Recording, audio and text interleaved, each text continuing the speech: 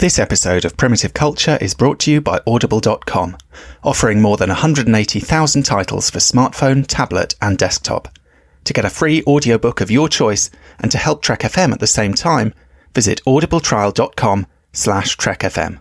And also by Enterprise in Space, an international program of the non-profit National Space Society.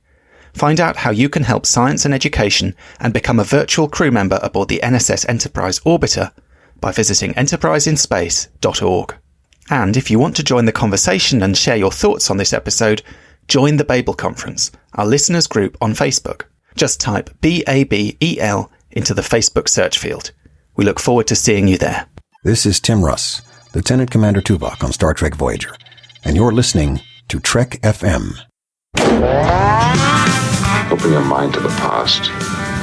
Oh, this may mean something. I've been coerced into watching tonight's movie. You do have books in the 24th century. It's a primitive culture. I'm just trying to blend in. Some people think the future means the end of history. We haven't run out of history quite yet.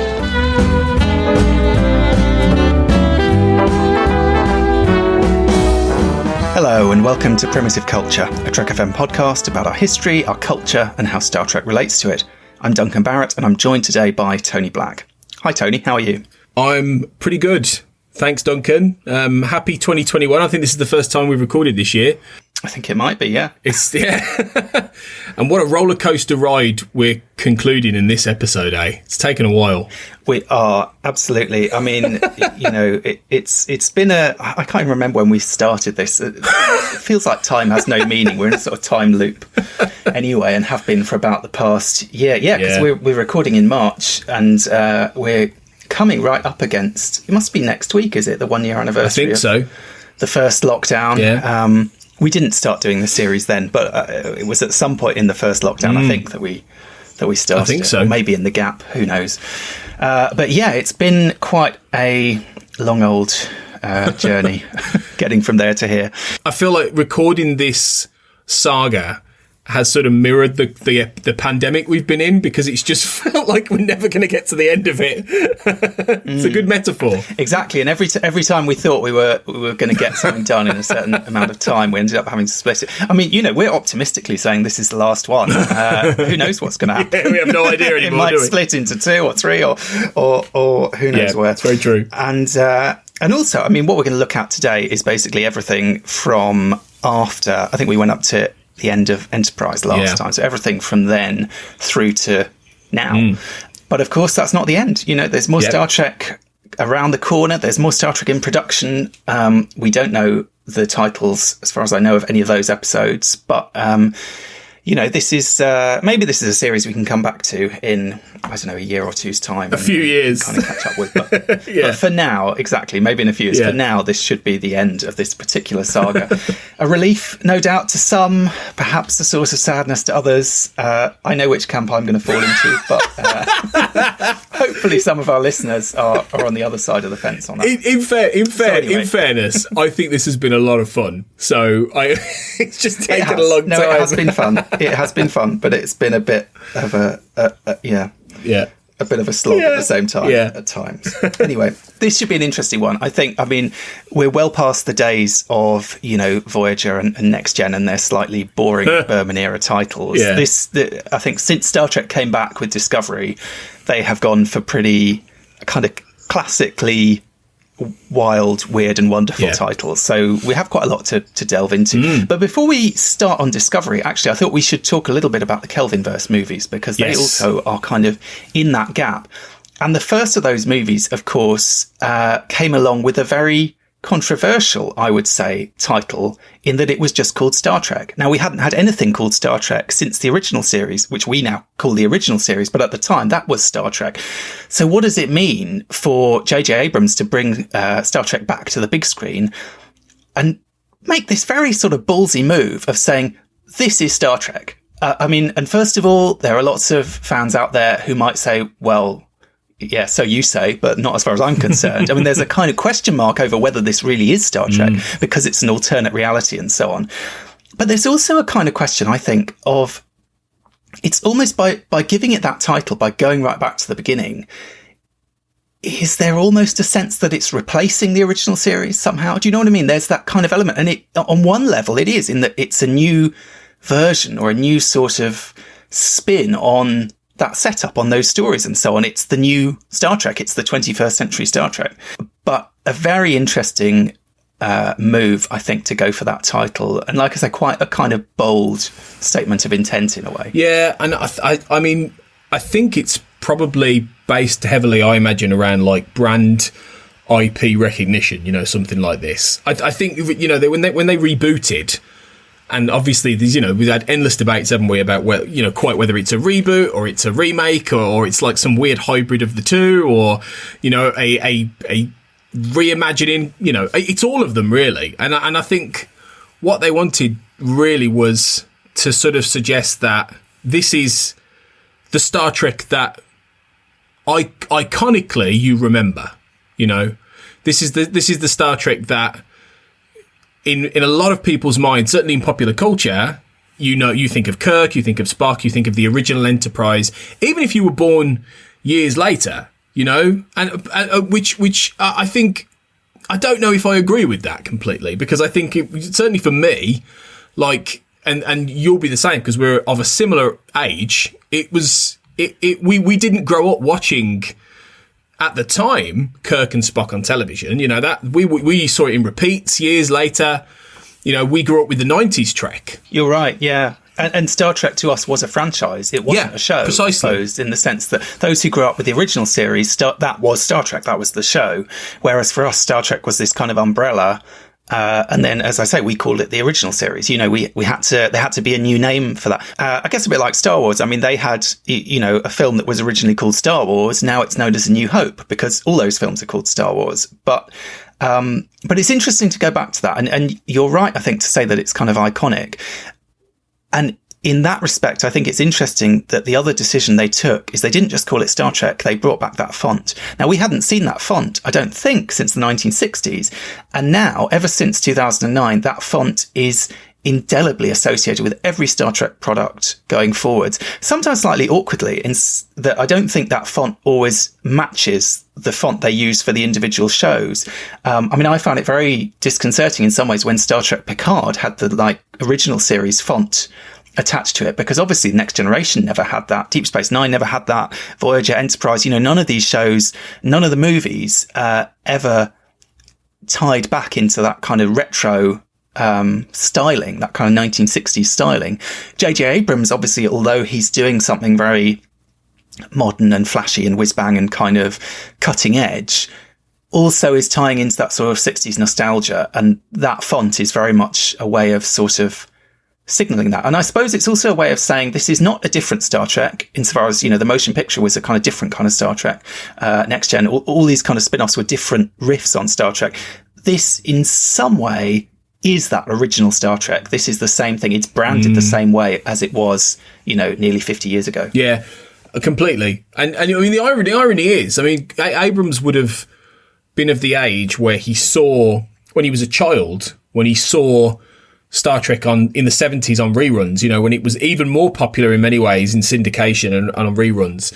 But he was, by his own admission, he was never a mega Star Trek fan anyway. You know, it was Star Wars was his thing when he was, you know, a teenager, when he was a young lad. You know, he had a knowledge of it and he watched bits of it, but he was never necessarily attuned to it. So I feel like, you know, I think there's a lot of reasons why, you know, in 2009, they went back to that well of Kirk and Spock. I think a lot of it has to do with, in many ways, it's a devolution of the idea in line with a lot of other franchises. And we've probably talked about this on this podcast before. I'm sure we have. About around that time, you had James Bond doing it. You had, you know, Batman doing it. You had a lot of these big popular franchises that were going back to the beginning, you know, and they were doing the origin stories. And that film is an origin story in a way that the original series never was. You know, so it's very much playing in those kind of wheelhouses. And I think that's ultimately the core reason why that old font is used, why they just brand it Star Trek.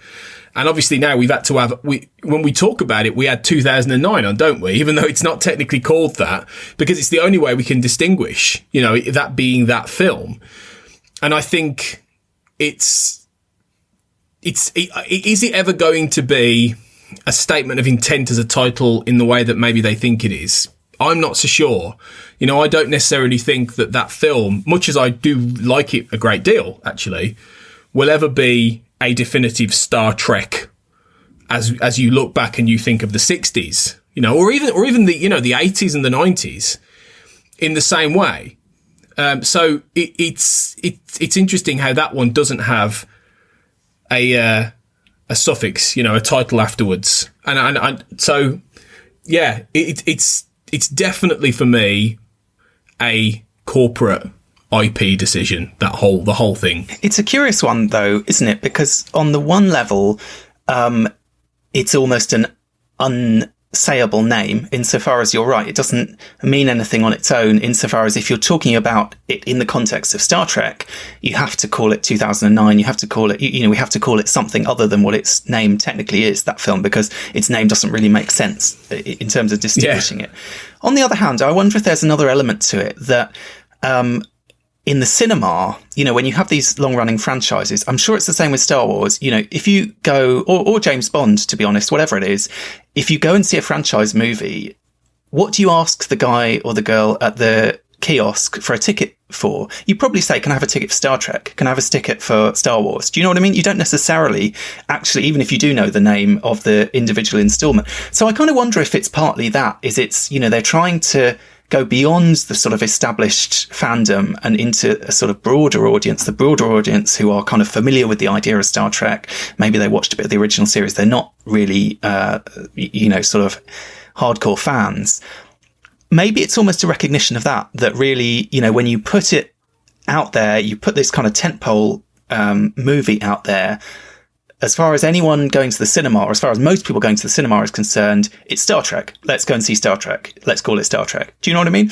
And in a way, all of those, whatever comes after the colon is sort of, it's almost that's kind of internal. That's to distinguish it from these other films. Whereas really all we care about is this one. Do you know what I mean? It's like, this is what it is. Then of course there's an interesting question when they go into the other two, Into Darkness and Beyond. Then I suppose they start to have to develop their own identity as these Kelvin movies. And I guess they do that with, well, for one thing, losing the colon. Now, I was quite surprised. It wasn't until I spoke to Lee Hutchison about some of the earlier Trek movies that I realised that some of the next-gen movies didn't have colons. I sort of always assumed that everything had a colon until Into Darkness. But in fact, the colons do seem to sort of come and go. But Star Trek Into Darkness without the colon was kind of an interesting choice, I think, because it makes it sound like, you know, we are Star Trekking into darkness as opposed to Star Trek, you know, dash colon something into darkness. It's not a subtitle. It's not a, there's not necessarily a relationship between two parts there. It's almost like one phrase somehow. Yeah. And I suppose that is a interesting choice, because I don't think, you know, even if Star Trek Nemesis doesn't have a colon, I think we sort of understand it as Star Trek Nemesis. We don't think of it as this is about a Star Trek Nemesis. Yeah, you know what I mean? Yeah. It's not one concept. It's two concepts banded together, whereas somehow Star Trek Into Darkness, it's the into, I think, makes you think, are they trying to bridge that gap somehow? Are they trying to make it into one unit in a way, rather than these two things that kind of work together? Yeah, that's a really interesting way of looking at this, actually. I think you're right. I mean, I've said to you before we've recorded, I think I don't like that title at all, for the simple fact that it doesn't mean anything. In actual terms, it's empty. You know, it is suggesting something, yeah. It's suggesting that the franchise is going into darker waters.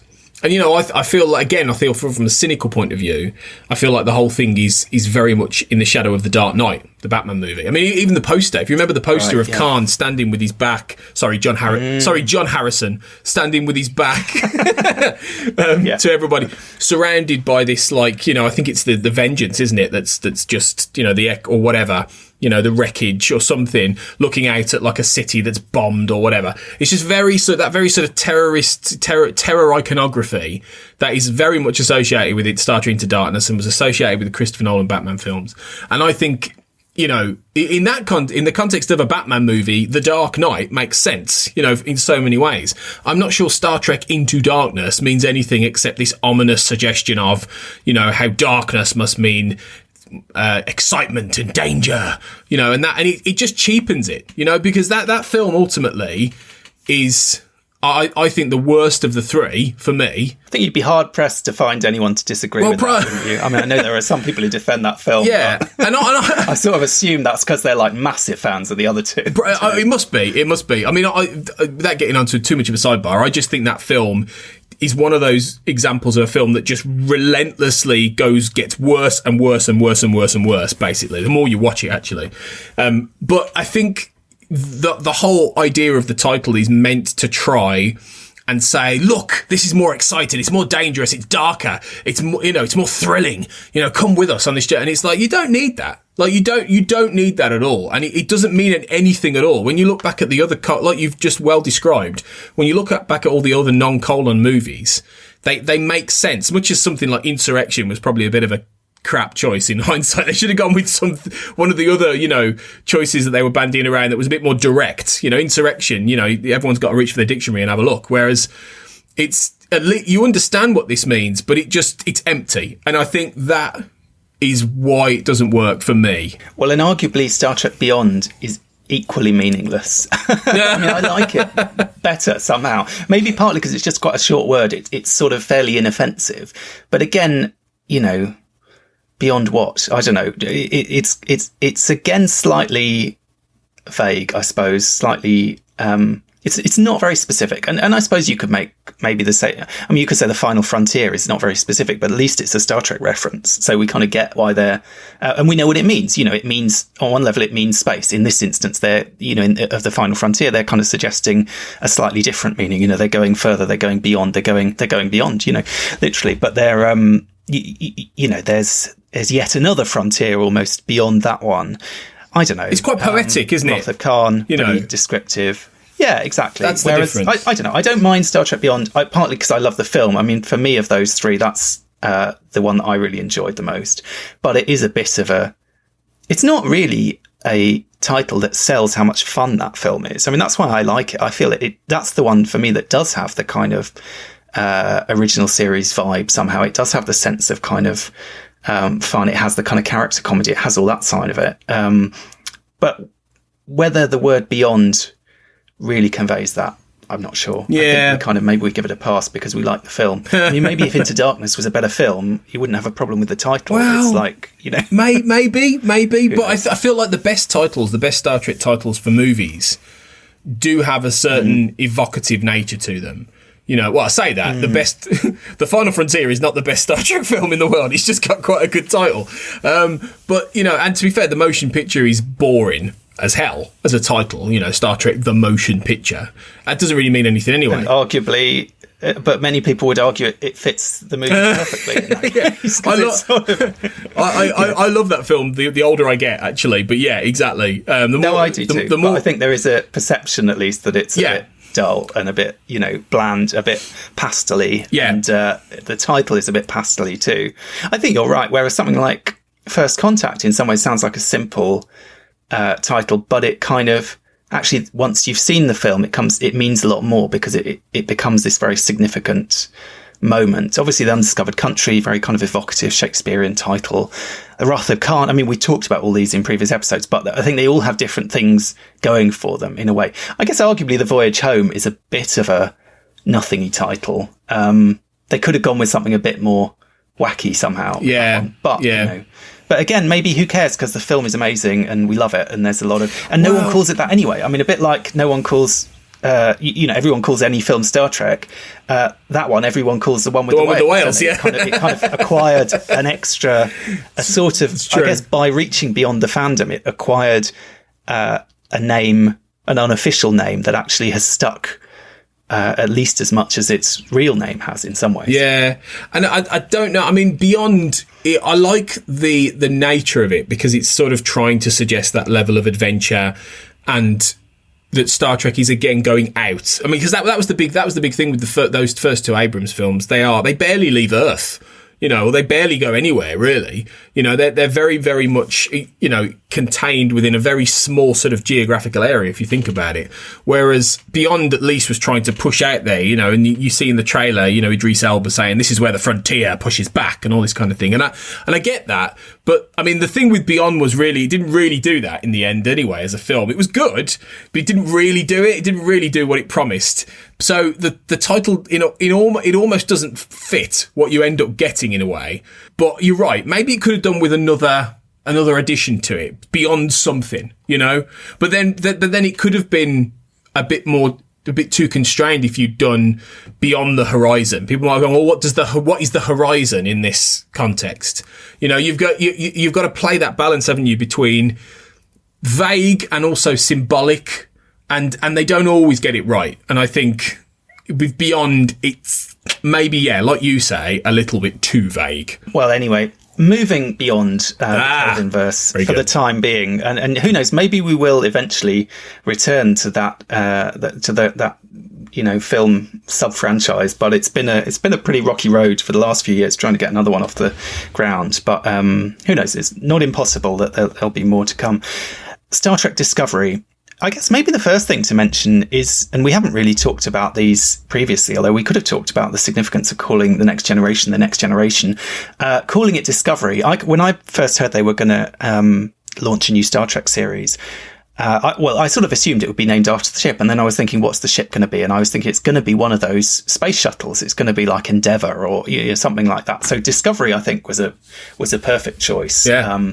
And it kind of, I feel like they've sort of tried to sell us on the idea that somehow Star Trek Discovery is about discovery. But again, you could say that is almost as nebulous and vague as Beyond, because every Star Trek series could be described as being about discovery. It's kind of, do you know what I mean? It's true. Like, it's not really telling you that much. Whereas you could argue that Voyager, okay, maybe every Star Trek series is kind of about voyaging, except possibly DS9. But I guess there's that sense in Voyager of kind of going further than anyone's been before and kind of, you know, being out there. Maybe. I mean, you know, maybe there's a deliberate attempt to tie the name of the ship into the kind of tone of the show. But anyway, whatever we make of Discovery as the title, it has, I think, one of the most intriguing titles for a pilot or a premiere of any of the Star Trek series, with the Vulcan Hello. I think that's a fantastic title because it sounds quite specific, but it's also, until you watch the episode, extremely unclear what it might be referring to. It seems quite random. It seems like a very strange thing to title the episode. And I remember, you know, the wait for for Star Trek to come on back on the TV, and we knew the names of these first few episodes. I think we knew it. Certainly we knew the first two, the Vulcan Hello and Battle at the Binary Stars. Well, Battle at the Binary Stars, you can kind of imagine what you're going to get to some degree. The Vulcan Hello could be almost anything. All we know is it's going to involve Vulcans somehow. Now, actually, the story doesn't really involve Vulcans that much, but this idea of the Vulcan Hello becomes quite a strong, it's a key point of the episode, and it's only by watching the episode that we find out what it is and what it means. So it's one of those great titles, I think, that lures you in with a sort of intriguing phrase that you actually don't understand. And then once you've seen it, it means something. Do you know what I mean? The title only means something. I suppose it's kind of going back to these ideas from linguistics that we talked about right at the beginning about, what's the relationship between the signifier and the signified? And is there any kind of, does the signifier mean anything until it's attached to, do you know what I mean? Does it mean anything in its own right? Or does it only mean something when you kind of understand the context, and so on? But for me anyway, I think it's a great title for an episode because of that element of drawing you in, kind of intriguing you as to, what are we talking about? Where are we going to go with this? Yeah, and I think in a way it's the most ambiguous title probably since Caretaker, because Broken Bow has a symbolism to it. If you're thinking about a series all about adventure, and a broken bow, you've got Emissary, which again is a little bit nebulous, but if you know kind of what that means, you'll get the gist. Encounter at Farpoint is adventure, exploration, which fits next gen. And so, I mean, and you can't really class the original series as having a normal pilot in a way, can you? I suppose. So, so really the Vulcan Hello, Caretaker, I know we've talked about this before, I think you might have talked about this with Lee. It doesn't really specify anything to do with, doesn't suggest Voyager's mission statement in any way. And this doesn't do that for Discovery either. You know, Battle at the Binary Stars is that pulpy kind of B-movie science fiction title, and it's wonderful in that sense. But neither of them are there. You know, it's not something like Encounter at Rigel or, you know, Voyage to, you know, whatever. So yeah, it is interesting, and I think it sort of tries to ground it in a race that you're very aware of. Even maybe if you're a tangential Star Trek fan, you'll probably know roughly who the Vulcans are, or you'll have an idea, maybe. So yeah, it has a level of intrigue that is very interesting, definitely. It's also, of course, it is a hello. It's a greeting. I mean, you know, this is Star Trek coming back. It's kind of saying, hi guys, you know, here we are. We're still here. I mean, I suppose it's interesting. You think of a Vulcan hello. Obviously, we mainly think of Vulcans as saying goodbye, but the Vulcan greeting, you know, the live long and prosper greeting, which can be a hello. I mean, it's a hello in First Contact. We tend to think of it as something that they say when they're leaving, or there's a kind of moment of parting. But it certainly can work as a hello as well. And that symbol, I think particularly in the years since Discovery, to be perfectly honest, has become sort of emblematic of the whole of Star Trek more than it ever was before, to the extent that the cast will all be making Vulcan hand signals, you know, live long and prosper signals, when they're photographed. There's a kind of expectation that is how Star Trek identifies itself somehow, as much as with the Delta Shield, as much as with this other kind of iconography. And I do wonder, you know, is that sort of deliberate on some level? Although a Vulcan hello in this context means shoot first, don't ask questions, very un-Vulcan, essentially, that there's lingering this sort of idea of a Vulcan greeting is actually something that, in terms of the fandom and in terms of Star Trek kind of outside of the Star Trek universe, has become iconic somehow. Yeah, I think so.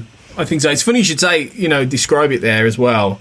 It almost feels a little bit like a a gangster sort of move, like that someone would use. I'm going to give you a Vulcan hello, you know, like I'm going to snap your neck. So it's quite. Maybe they had that in the back of their minds as well. Who knows? Who knows? Battle at the Binary Stars, I think is great. You're right. It's got that kind of pulpy feel.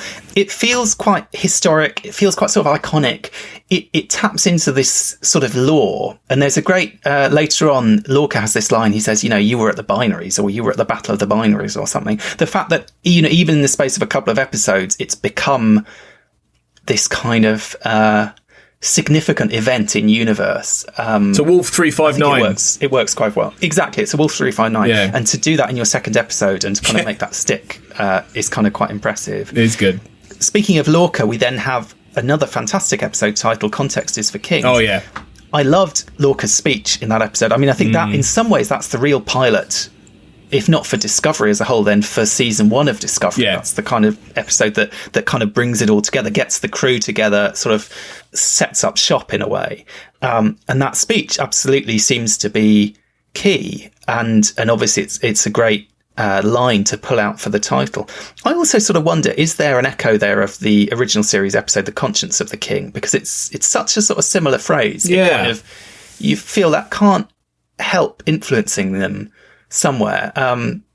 And arguably, is that a clue to the fact that Lorca is not what he seems to be? Because that's an episode all about a guy who, you know, is presenting himself as this kind of amiable actor, but is in fact a, you know, murderous psychopath, basically. I was going to say. And here we have in Context is for Kings, a guy who's presenting himself as a Starfleet captain, and yet he has a pretty dark secret. He's not really who he appears to be. So I don't know if it's a stretch to say that that's a deliberate reference, but it seems like quite a big coincidence in some ways that it's such a strong echo of that episode title. Yeah, definitely. You know, they're both Nazis at the end of the day, so, you know. Exactly, yeah. Maybe. I mean, they definitely had the original series in mind in so many ways, didn't they, with this series and when they began, so I wouldn't be surprised at all. It is a fantastic title, though, this. It's great. This really sort of establishes that they're going for something, you know, story titles that are not prosaic like the old-fashioned side of Star Trek episodes, and that's great because I think it really adds to something, you know. And this is, as much as I think the Vulcan Hello is actually a great episode of TV, this is kind of the pilot episode, and I think in some ways, and I think this as a title for a pilot actually it fits Discovery, I think, because Discovery is not quite as easy to pigeonhole as a show, certainly from the outset, as many of the other Star Trek series. So yeah, it definitely works on multitude of levels, I think. I mean, I would say Discovery Season 1 probably has the best titles, or certainly the fewest boring titles of quite possibly any Star Trek series before or since. I mean, it whatever you think of it, and people's opinions vary. And I do think Discovery has, every year it's come back almost as a different show in some ways. And each season is very different from the one before. But I do think that the titles fit quite well for what they were doing in that first season. And they're very evocative. They're very kind of intriguing.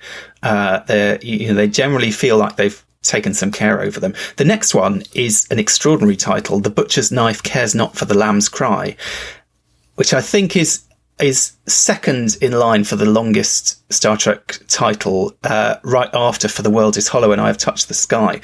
Now, both of them, I think they sound like a kind of classical quotation. For the World is Hollow and I've Touched the Sky is taken from the episode. We talked about this way back, probably the first one of these that we did. This one, as far as I know, is not, or at least if this is a quotation, I haven't managed to find it. I don't know about you, but it feels very much like it should be. Do you know what I mean? It feels like a kind of old saying, or, something biblical almost. It kind of is what, to me, it harks back to. But I haven't been able to find the actual reference point for it, which makes you think if it isn't, then whoever came up with that title was really on quite a grandiose trip in a way at that time to come up with that for that episode is quite an extraordinary choice, really. Yeah, and because it's so evocative. I haven't found any trace of it either. If you break it down, the butcher's knife cares not for the lamb's cry.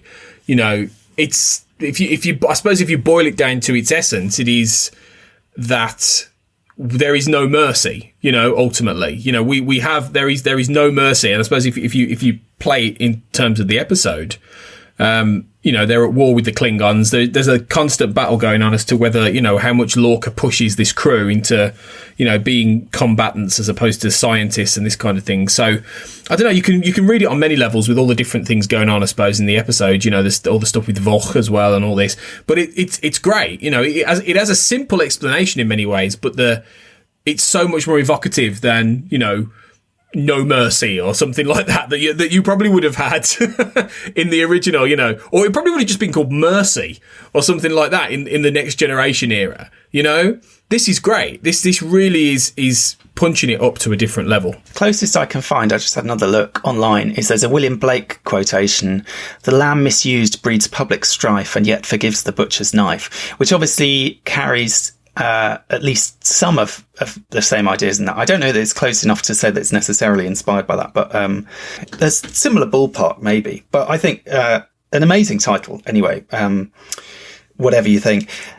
Followed by Choose Your Pain, another great one. I feel like that one needs an exclamation mark, really. This is one of those ones, it sounds like a Klingon title. We've had a few of those before, but, Choose Your Pain. It's kind of, this is something you can almost imagine, I don't know, in one of those interactive board games with Gowron shouting at you through the old VHS tape, or or Star Trek Klingon's PC game or whatever. Exactly, yeah. But it's a great title, I think, and another, strong episode as well.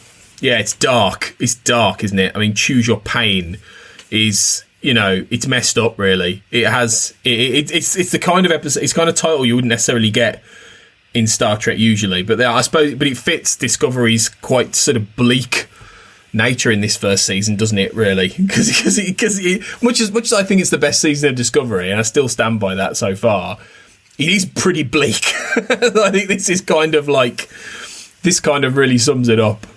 It also harks back slightly, speaking of the Final Frontier, to Kirk's I Need My Pain. Kirk is someone who does choose his pain in that film. He refuses to let go of it. He chooses to hold on to it. And I think, even to just bring up the idea of pain in that way, it's sort of, for long-term Star Trek fans, it can't help having a slight echo of that.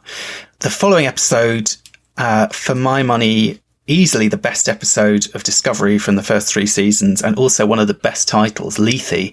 Now, this, I think, is a fantastic one. It's mysterious, it's mythic, it calls back to classical ancient Greek mythology and the River of Forgetfulness.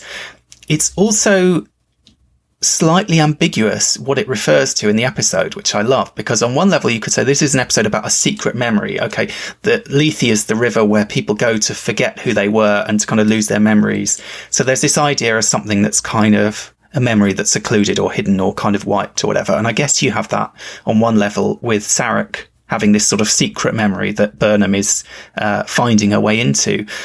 But you can't help thinking this is also the episode where Burnham and Ash Tyler start to kind of become closer. And I think where these first rumblings started to come out in the fandom anyway of this suspicion that maybe Ash Tyler wasn't quite what he said he was, and that there was this, I mean, the fans kind of cracked this massive twist long before it was played out on screen, because they'd worked out, for example, that Javeed Iqbal was not a real person and so on, and that there was something suspicious about Vogue. But I think very interesting, this idea of, someone who forgets their own past, who doesn't even know really who they were, and obviously is the perfect sort of illusion for Ash, who's someone who, he believes he's a human being, and in fact he's forgotten his entire past. He's forgotten his identity. Yeah, it has some lovely allusions to it, doesn't it? It's really good, and we're talking about in the last one that we can't quite find the exact meaning. It sounds evocative, but we can't find the exact meaning. This really does hit mythology head on. It utilizes something from mythology in a really clever way. I'm also reading as well that, because this was written by Joe Menosky, who was a classic sort of Voyager writer from the 90s era of Trek. Not to mention Darmok. I mean, talking about classical mythology and kind of ancient stories. Obviously, he's the one who brought Gilgamesh into the Star Trek universe in a sense. Yeah. He was also involved in DS9, because in the episode Distant Voices, he introduces a race called the Lethians as well. And that's Joe Menosky as well. Those were the guys. That episode is creepy. That's the one where Dr. Bashir is haunted by that alien guy, isn't it? In his head. Really creepy episode. He's turning 30, so he kind of has a weird midlife crisis, right? Yeah. A typically sort of himself as an old man and all this stuff. Yeah. A classic Julian Bashir midlife crisis. But it is, it's again though, sort of playing with the mind, playing with forgetfulness and memory and that kind of thing. So obviously Joe Menosky has a real interest in this. But it's a great use. It's a great title. Yeah, and like you say, I think it's definitely one of the best episodes of Discovery so far. It's also the first of 3 consecutive episodes to draw on classical allusions. I mean, obviously, Star Trek has done that before. I'd say we've probably, if we were to tot them up, and we haven't, I imagine we'd find that Shakespeare was the kind of strongest source of kind of quotation and paraphrase and so on. But Discovery definitely leaning into the kind of, ancient Greece and the Roman world as well. And here we have magic to make the sanest man go mad, which is a quotation from the Iliad by Homer. There is the heat of love, the pulsing rush of longing, the lover's whisper irresistible, magic to make the sanest man go mad. It's another great title, I think. And again, another great episode. Totally kind of batshit crazy episode, really. This was Discovery really living up to the magic mushroom model of what they were doing, I think, and just doing something quite wacky and mad. But it's a nice... I think it's nice that it gives it this quite overblown title in a way. I think it fits quite well with that quite overblown, quite bizarre episode. Yeah, and it's a time loop episode, so it's catnip for me. I love time loop episodes. Comes from the Iliad, though, doesn't it? This title, book 14, line 217, which apparently refers to Aphrodite's sash or girdle, a love charm that the goddess gives to Hera in order to beguile Zeus, which I guess tracks with the very core sort of romantic aspect with Burnham and Ash in this episode. So he's working on different levels, but it's just great. I mean, I in a way, I can understand why this comes from Greek myth, but this could have been a Shakespeare title for me. This could have been something you could pluck from. Oh yeah, for sure. From Shakespeare, definitely. In fact, I would have guessed if it was a quiz, I would have guessed this was a Shakespeare one. So, but it all flows into each other, doesn't it? Shakespeare got loads from Greek myth and all this kind of thing, didn't he? So in many ways, so it's it all flows into the same river, I guess. Well, it's almost a line of iambic pentameter, which might be one reason you're thinking that magic to make the sanest man go mad. And that could be an issue of translation, insofar as obviously the classics are generally translated into the idiom of the language they're being translated into. And so I'm sure there is a translation of Homer in which it's all done in iambic pentameter. I don't know whether that's the version that quotation is taken from or not, but it certainly, that would kind of fit. After that, we have Civis Pacem Parabellum, 4th to 5th century AD Latin phrase, if you want peace, prepare for war. Another great line. I mean, this, and I don't think, as far as I remember, I haven't seen Discovery season 1 for a while. I don't think it's glossed in the episode, unlike Cicero's Inter arma enim silent leges, which has to be explained by Admiral Ross, I think, in that episode. But this is, it's a great one, and it's a great, in a way, not a great episode, I would say. I think it's a slight misfire of an episode in this season anyway, but a really good title. And I think it encapsulates, in a way, something of Discovery's darker, slightly less idealistic worldview in this kind of war storyline. Kind of what we thought we were getting when we thought Lorca was kind of who he said he was. We sort of thought we were getting a captain who is not an idealist, who is a pragmatist, who is, he's more of a Jack Bauer than a Captain Picard, if you know what I mean. He's kind of willing to push things and to do the wrong thing and so on for the right reasons. And I suppose this phrase very much sort of ties in a little bit to that kind of pragmatism, in a sense. And this idea that goes to the central question for Star Trek going, over 50 odd years, is this is Starfleet a military, or is it, in the JJ films, they call it a peacekeeping armada, don't they? Yeah. What is Starfleet? Is it about science? Is it about exploration? Is it about defense? It's a kind of slightly vexed question. And obviously in the real world, we've had this whole thing with Trump bringing in, as well as NASA, wanting his Space Force, which is a kind of militarized version of NASA. There's sort of some of the same questions, I think. And I don't know if you watched For All Mankind, but there's the same kind of element there with For All Mankind, because the kind of Cold War is playing out in a different way in space.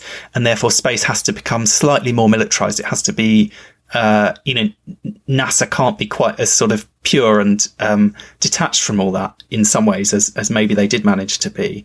So it's a kind of central question for Star Trek, I think, and definitely this title puts its finger right on it. Yeah, definitely. I not to shill something else, but on Make It So, the Star Trek Picard podcast that I am involved with, I had a wonderful chat with Brandy Jackler, obviously friend of this network and the show, about this episode. Ended up being quite an emotional conversation, actually, just about generally several different things. But I also gave her the test. Now, if you've been looking at Memory Alpha as much as I have, you might know this already, but I gave her the test. I said, how many episode titles are in Latin across the run of Star Trek? Now, I think, I don't know the answer, but I remember, I think Lee brought this particular factoid to one of our previous things, and I think it was about 8 or 9. But since then, obviously, we've had Lower Decks has at least 1, and Picard has 2. Yeah. So I'm going to guess sort of 11 or 12 by now, maybe. Well, you're not far off. It's actually now 14, because in the modern era, we've got the Et in Arcadia Ego ones from Picard, Veritas from Lower Decks, which obviously we're going to get to all these, and Terra Firma Part 1 and 2 for Discovery as well. Okay, 3. Of course. Yeah. So yeah. It's very interesting how they're still playing on this. And the Latin titles. Well, actually, the Latin titles go back to sort of the end of Next Gen, I think, and then since then they've started using them. So they don't go quite all the way back to the original series, which is almost a surprise. Actually, I would have thought they might have snuck a Latin title into the 60s, given how evocative they all were. But there you go. Maybe it's once they became a bit cooler and a bit more highbrow and a bit more sort of, you can imagine Picard quoting Latin. You can't quite imagine. The original series is more into Shakespeare, which is a bit more sort of bombastic, a bit more kind of earthy and human. And do you know what I mean? True. So we tend to associate the Romans with this slightly superior, slightly kind of Vulcan aspect. Although obviously also then there's like the bread and circuses side of the Romans and the kind of barbarity of all that and so on. But I don't know. I wonder if there's an element that it seems kind of refined. It seems sort of sophisticated. It seems a bit sort of exclusive somehow, which arguably you could say the same about Shakespeare. I mean, we talked way back on one of our first episodes about how Gene Roddenberry was kind of slightly ostracised in World War II for quoting Shakespeare at the drop of a hat, because his comrades were not impressed by that, basically. Yeah. He hoped they might be. But, I'd say that kind of erudition, in a way, certainly grows in Star Trek from Next Gen onwards, because it becomes, and maybe particularly within Next Gen, because it becomes such a part of the identity of that show. Partly, I think, as an extension of Picard and his identity as this kind of, in this weird sort of merging of Picard and Patrick Stewart as the, as it famously said on his door, unknown British Shakespearean actor, who kind of brings all this, culture and sort of serious high culture along with him from Stratford. Finally, for the last episode in the first, whatever they call it, first chapter, first chunk, first part of Discovery's first season, Into the Forest I Go. This is part of a quotation from a poem by John Muir, if that's how it's pronounced. Into the forest I go to lose my mind and find my soul. Great evocative title yet again, I think. It certainly gives a sense of kind of propulsion into something kind of exciting to come. And obviously this is the episode that ends with them spore jumping to an unknown location and out of kind into the unknown, into the woods, I suppose, in a sense. It always makes me think of the musical Into the Woods, and everyone shouting into the woods, which fortunately they didn't go with that, because that would have been even more sort of explicit. But I suppose there's that sense of like, as in that show, we go into the woods to get lost and to find ourselves. Do you know what I mean? That's sort of the idea of all those fairy tales, that it's you leave safety and the known behind and you go out into the unknown, which is very much what happens in Star Trek anyway. And it's out there that you learn who you really are, that you kind of face these big questions, that your life is transformed and your identity is forged in some way, which I guess is there in that quotation. Interesting that again we got the idea of losing my mind. I mean, we already had the magic that makes sane men go mad.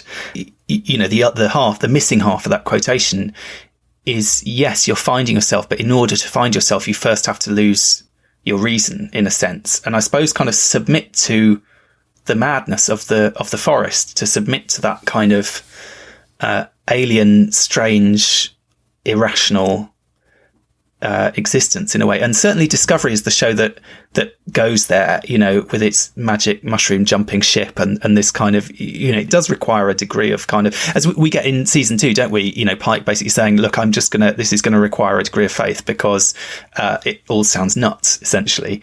Discovery is kind of the show that goes there, that wants to leave the safe and reasonable behind and go out there and do mad things, and that's where the crew are going to kind of find out who they are. They're going to be forged by that, and personalizes it as well. Into the Forest I Go, and I think they said that they wanted it to be about Burnham's journey throughout those, to find her soul, like you're sort of saying in those first few episodes. And obviously Discovery is the Burnham show in many ways, for better or worse, and it's a good example of how it's really personalizing all of these aspects. You don't tend to get many Star Trek episodes with I in there, unless it's like I Borg or whatever, but like, you know what I mean? It's like, it is this kind of personalization definitely cuts to the heart of what Discovery is going for, and really doubles down on as time goes on, really. Right. So then after the kind of mid-season break, we have Despite Yourself. Now, this is an interesting choice. I guess we had the I before, Into the Forest I Go. Now we have Despite Yourself. So again, we've got a personal pronoun, which is sort of an interesting choice there. Despite Yourself, obviously, I suppose it conjures the idea of kind of going against your inclination or going against your nature, which is exactly what you have to do in the mirror universe to survive, is you have to go against your if you're not native to that world. Just as arguably, I suppose, Lorca has had to act sort of, in spite of himself in a way in the Prime universe.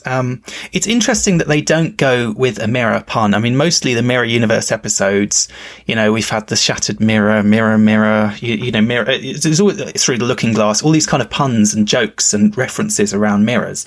Discovery doesn't choose to do that here. Now, partly maybe that's because this was a massive twist and they didn't want to give the game away, although it has to be said again, the fandom had guessed and had kind of put the pieces together and worked it out by the time it aired.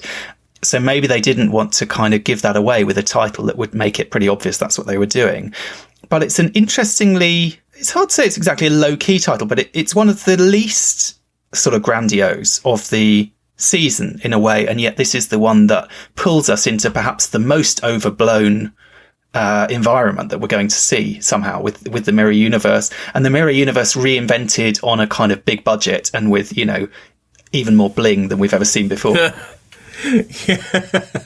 Maybe that is the point, in that despite yourself suggests, a lack of control or a sense of a darkness within it in a way. And I suppose that links to the next episode as well, doesn't it, really? It's that idea of duality, maybe a little bit, despite yourself suggests something else that is going on. You do something despite yourself, despite your better nature, despite your, the better angels of your nature. So I think maybe that's part of what this is. And then, as I say, it plays into the wolf inside in the next episode about, what's going on internally, really. And that, again, though, that links to Into the Forest I Go, and the fact that these titles may be really expressive, but they're actually about that journey within, which is probably one of the reasons I like this first season the most, because I love that kind of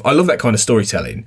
I love that kind of storytelling where you take a really sort of expansive, even overblown concept, and you make it about a personal inward journey. And I think that's great. I think Discovery gets it right. For the most part, it's not perfect in this first season more than any of the others. So yeah, I think that there is connective tissue with all of these. And The Wolf Inside, another great title. I mean, obviously, I guess alluding to the wolf in sheep's clothing. In fact, this is a show that has two wolves in sheep's clothing, because we've got Ash and we've also got Lorca, both of whom are not who they seem to be. Both of whom are kind of clad outwardly in the appearance of something respectable and acceptable and good, and actually, harboring something evil and scary and kind of, something with teeth inside there. But another great episode title, I think. Then we have Vaulting Ambition. This is a line from Macbeth. I suppose Lorca is Macbeth in this kind of parallel here. And I guess there's that idea that maybe for Lorca, it is this kind of overleaping, this kind of, reaching too far, being too ambitious, trying to seize everything that ultimately leads to his ruin. I wonder also if there's a sense, the parallel between Lorca and Macbeth is that obviously from the point of view of the audience watching Macbeth, we kind of know everything that's going on. We know what he's kind of wrestling with. We know the decisions he's making and so on. But from the point of view of everyone else in the play, other than his wife, from the point of view of Duncan, for example, who he murders, Macbeth is a bit like Lorca. He's the villain who is a hidden villain. Do you know what I mean? He's kind of presenting himself as a decent guy. He's the host. He's kind of, he's the one. You could say Lorca is the host on Discovery in a way, on the Discovery, insofar as it's his ship, and he's kind of welcoming people on board, like Burnham and so on. And like Macbeth, he's the one who's actually plotting something pretty nasty that no one is aware of. So I guess there's a kind of a parallel there. And like Macbeth, he's going to be undone ultimately. He's not going to be successful, and he's not going to be defeated. I suppose that's maybe one of the key things. He's not really going to be defeated by the crew of the Discovery. He's actually going to be defeated by the Emperor, isn't he? That he's trying to overtake, in a sense. This is, you could see, maybe Emperor Giorgio is kind of Duncan with a bit more savvy. You know, she's not as easy to off in a bed sort of thing. Yeah, exactly. But interesting parallel there. And then following that, another Shakespeare. So we've got two in a row, two Shakespeare references in a row. What's Past is Prologue. Obviously, we had this one before with DS9, Past Prologue. The same reference point, just slightly more accurate quotation, I suppose, from The Tempest. Just this idea, really, that everything leads up to this. So I suppose this sense that this is the conclusion. I think it is, isn't it? Isn't this the conclusion of the mirror arc? It all goes off. Everything in Ever Since Context is for Kings, arguably, is a prologue to this. It all has led up to this moment, and this is the kind of payoff. So I guess that's what we get here. Yeah, it's all it builds to a pretty epic conclusion here, and I think there is a real sense of grandeur to these titles, actually, to a degree that I don't always remember this a grandeur, but again, an internalization. I keep thinking, when I'm thinking of the wolf inside, I kept thinking of the enemy within in the original series. You know, again, that duality. And then the next one, the war without, the war within. Like, you know, I mean, it's all there. It's very clear what this season is sort of balancing with all of these very outward, grandiose titles, but very much about these journeys. So, yeah, it's only now we're talking about it that it's really becoming very clear and apparent what they're doing with these titles that are both ones they're creating themselves, but also using these Shakespearean, Latin, Greek, you know, ancient Greek examples, really. It's very good.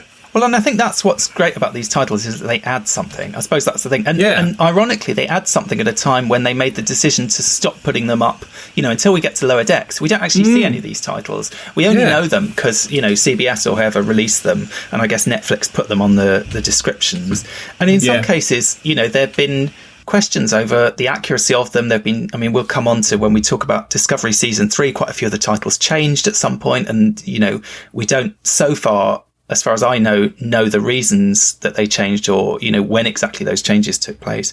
But it's kind of strange in a way that these titles, you know, a bit like, I mean, The X-Files was a show that also did this. You know, the titles are known to the fans and I guess known to people in the, you know, media around TV, you know, who are writing Radio Times or whatever it is, but they're not actually part of the sort of text on screen.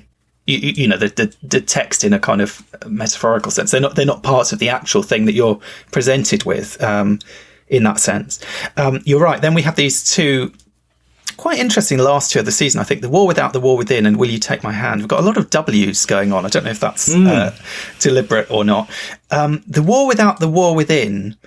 Now, this feels very much like a quotation. I couldn't find a source for it, except that there's a book about Virginia Woolf, which is called The War Without, The War Within, which I guess is about her internal struggle and also the you know, literally the war going on at the time. It's a book of her diaries. I wondered if it's a quotation from Woolf in one of the diaries. I have to say, I asked my mother, who is a Virginia Woolf scholar, if she recognised it, and she said it didn't ring any bells. And she's, you know, it could, you know, obviously it could be. I don't think she has an encyclopedic knowledge of every word that Virginia Woolf ever wrote, but she didn't think it necessarily was a quotation. But it's quite a specific. It feels like a phrase, you know, it feels like a sort of a well-worn phrase, but in fact, I struggled to find anything online that is not either that book about Virginia Woolf or the Discovery episode. I don't know about you. So it's an interesting one. I suppose we could say, if it is a reference to Virginia Woolf, is this like the ultimate sort of deep cut tie-in that we had the wolf inside, and now we've got, you know, the wolf with two O's inside in this one. I'm surprised they did. I'm surprised they didn't just call it "Who's Afraid of Virginia Woolf" in that case. Yeah, you know, exactly. Yeah. But with one O. Yeah, you know, that would have been good. Who's Afraid of the Wolf Inside? They could have done, absolutely. Yeah. And then we have Will You Take My Hand? Now, you pointed out we had Into the Forest I Go. Now it's Will You Take My Hand? Again, there's that kind of personal element. This is an odd one. Again, this is one that sounds like it should be... Is it a quotation? Is it... I mean, it makes you think... The things it makes me think of, anyway, are the marriage ceremony, I suppose. That doesn't quite seem right. It sounds like a song lyric. For some reason, it makes me think of the Beatles song "Strawberry Fields," although the line is not like that. But it's, you know, what is the line? Will you take me down whatever it is to Strawberry Fields?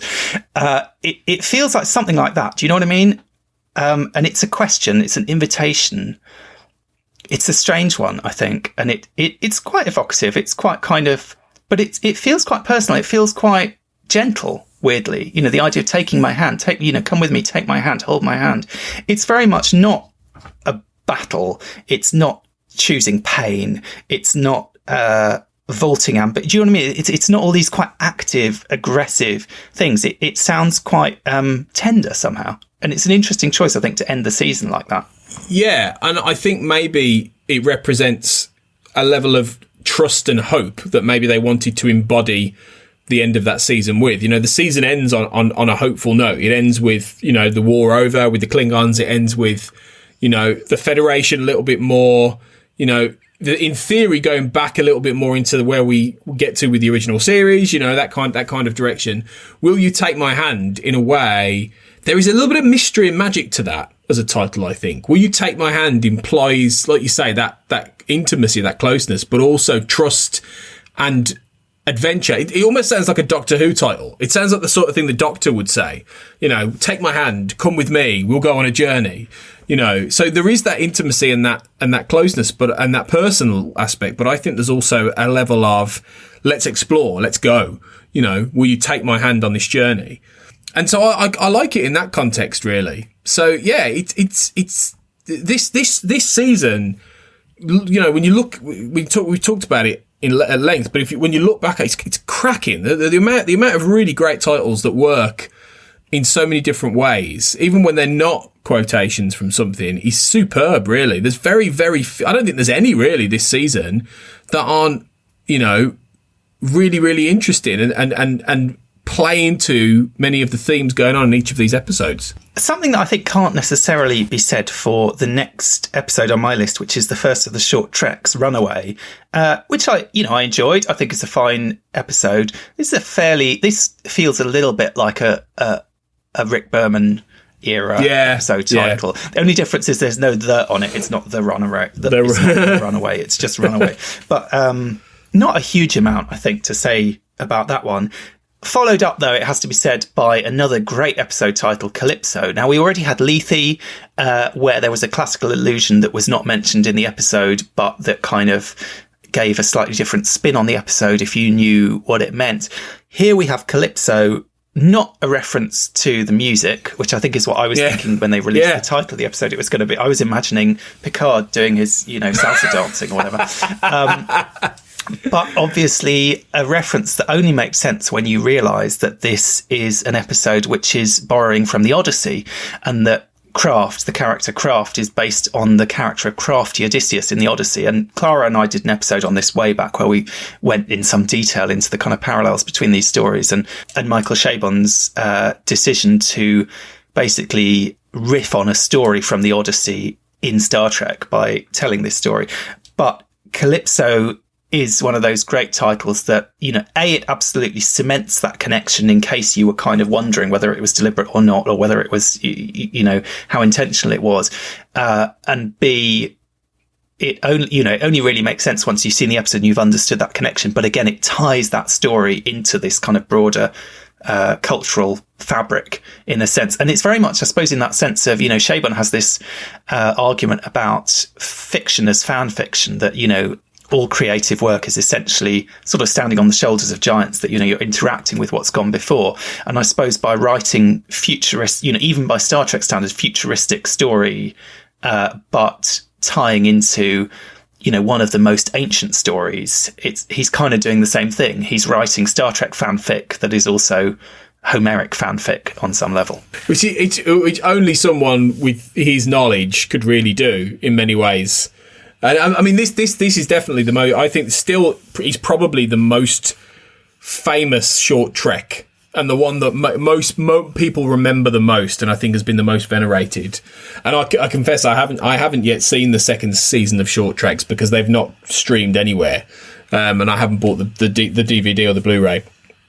And I know quite a few of those went down well, and there's some interesting titles, but I think this, for all those reasons, has gone down as one of the most, well-known. And also for the fact it it might well yet tie in some way to actually what's going to go on in the series. And that's still, it feels like there is going to be some connective tissue there, as the series goes on. So yeah, it's very good, and it's a very, very evocative title and a really good piece of drama as well. It's interesting, that question. Ironically, Disco went to this massive length to get out of their kind of canon box by jumping to the far future, and yet they allowed Michael Chabon, who wasn't working on Picard at this point. This was just like a one-off, and he was doing it for a bit of, like I said, it's almost like, not in a disparaging way, I think it's a beautiful episode, but it is almost like a kind of bit of fanfic. It's very sort of off the wall take, and yet they've allowed him to paint them into another massive continuity box that they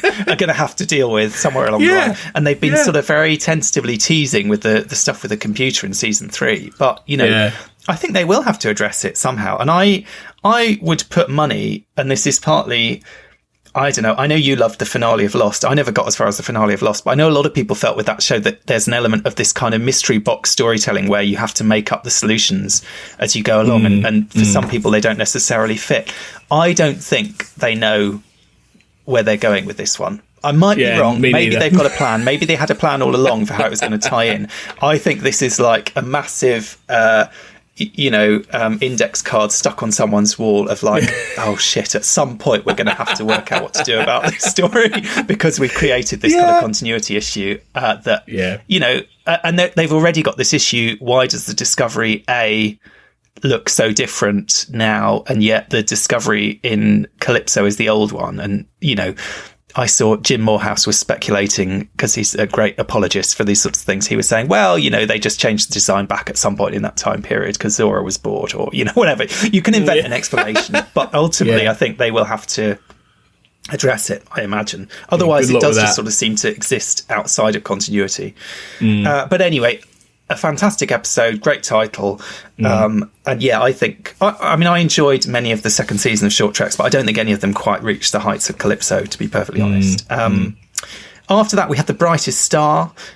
Nice title, feels quite sort of classically Star Trek. I suppose there's a kind of question, what is that star? Is it Hope? Is it Starfleet? Is it Saru? Is it the shuttle that Giorgio comes on? What is the brightest star exactly? But it certainly gives that idea of kind of hope and awe and all this stuff that we kind of associate with Star Trek and with, with Rene Picard looking up into the stars and Saru kind of doing the same thing here in a way.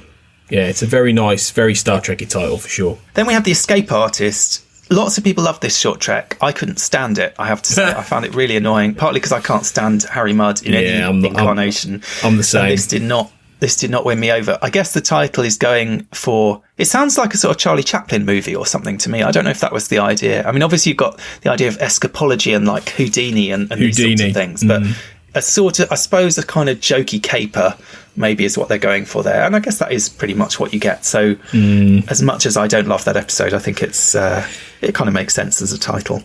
Yeah. Right. So on to Discovery Season 2, picking up the new season with Brother. Again, I suppose... Pretty dull, isn't it? It's pretty dull. It's pretty self-explanatory. Is it significant? It's not the brother. It's not my brother. Do you know what I mean? Just calling it brother is quite stark. And I feel like they really missed a trick. I mean, we'll come to it in a couple of episodes' time by not calling the Klingon episode Mother, because that's the best moment in that episode, really, is this idea of L'Rell as the mother of Klingons. And she says, I want you to call me Mother. And they could have done something, brother, mother. I don't know. Pike in New Eden talks about his father, brother, father, mother. They could end up with like Tuvok's, list of, in that Voyager episode where he has mother's mother, brother's brother, sister's mother's aunt 3 times removed. I don't know. It's a slightly nothingy title, but I suppose it sells this thing that Discovery Season 1 has kind of skirted around, that they've made Michael Burnham Spock's sister, and yet we haven't seen Spock. And here is Spock. And possibly there's also a bit of a pun of like, oh, brother, here's Spock, but he's gone mad. He's not here. That element of like, okay, something's kind of gone wrong here. That's actually what I called my my review of Season 2. Oh, brother. For reasons that I won't bore people with, but you can probably get the gist. But yeah. Yeah. New Eden, I think, is an interesting title. Obviously, it's the name of the planet in the episode. It's also kind of an oxymoron, insofar as Eden is not new. The one thing we know about Eden is it's kind of as old as you can get, in a sense. And I suppose this episode taps into this kind of theme that really runs through Star Trek ever since The Cage, of the kind of relationship between futuristic sci-fi technology and this kind of almost Luddite sensibility. These people who are kind of who want the simpler life. We get Pike in The Cage, who just wants a horse and a picnic and so on. Here we have this sort of effectively kind of Luddite community. I don't know whether also there's obviously an echo with the original series of The Way to Eden.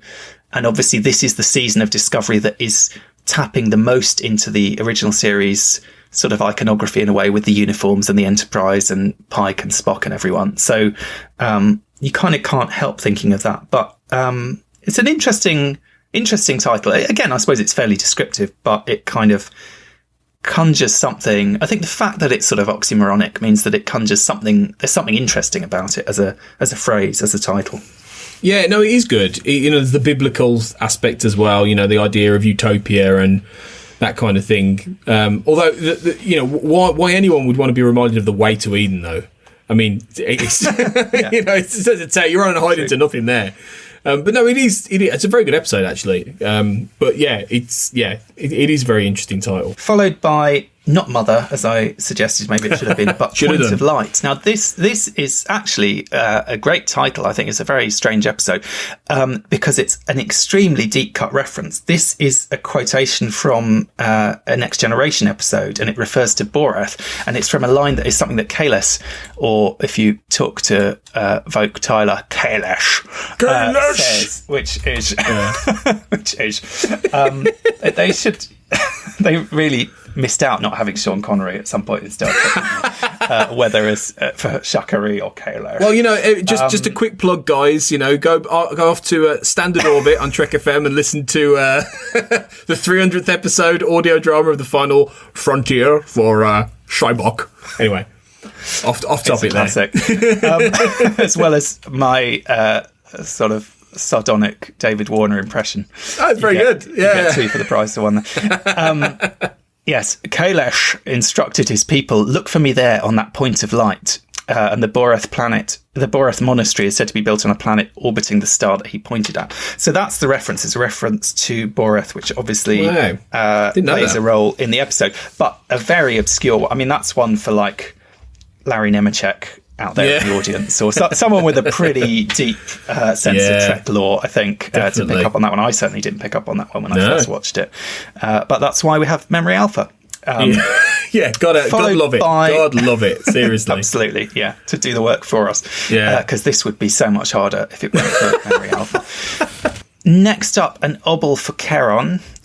Again, kind of going back to ancient Greece, we had the Lethe, which, was one of the rivers in the underworld. Charon, obviously, is the boatman in the underworld who crosses the Styx.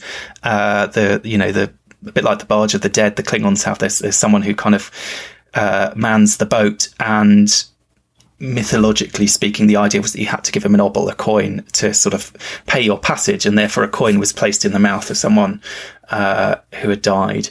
And obviously, I guess the reference here is that this is the episode where they try to convince us that Saru is about to die and leave the show. And actually, I mean, I know a lot of people felt quite cheated by this. I thought they did quite a good job. I started to think maybe Saru was about to leave the show, as unlikely as that seemed. But obviously, it turned out not to be a story about death at all. So it's, in some ways, it's a slightly odd, it's a bit grandiose, it's a bit of a sort of show-offy title, but it's also oddly inaccurate in a sense. Yeah. There is no death, ultimately. We don't get one. But it's a nice title, I suppose, in its own right.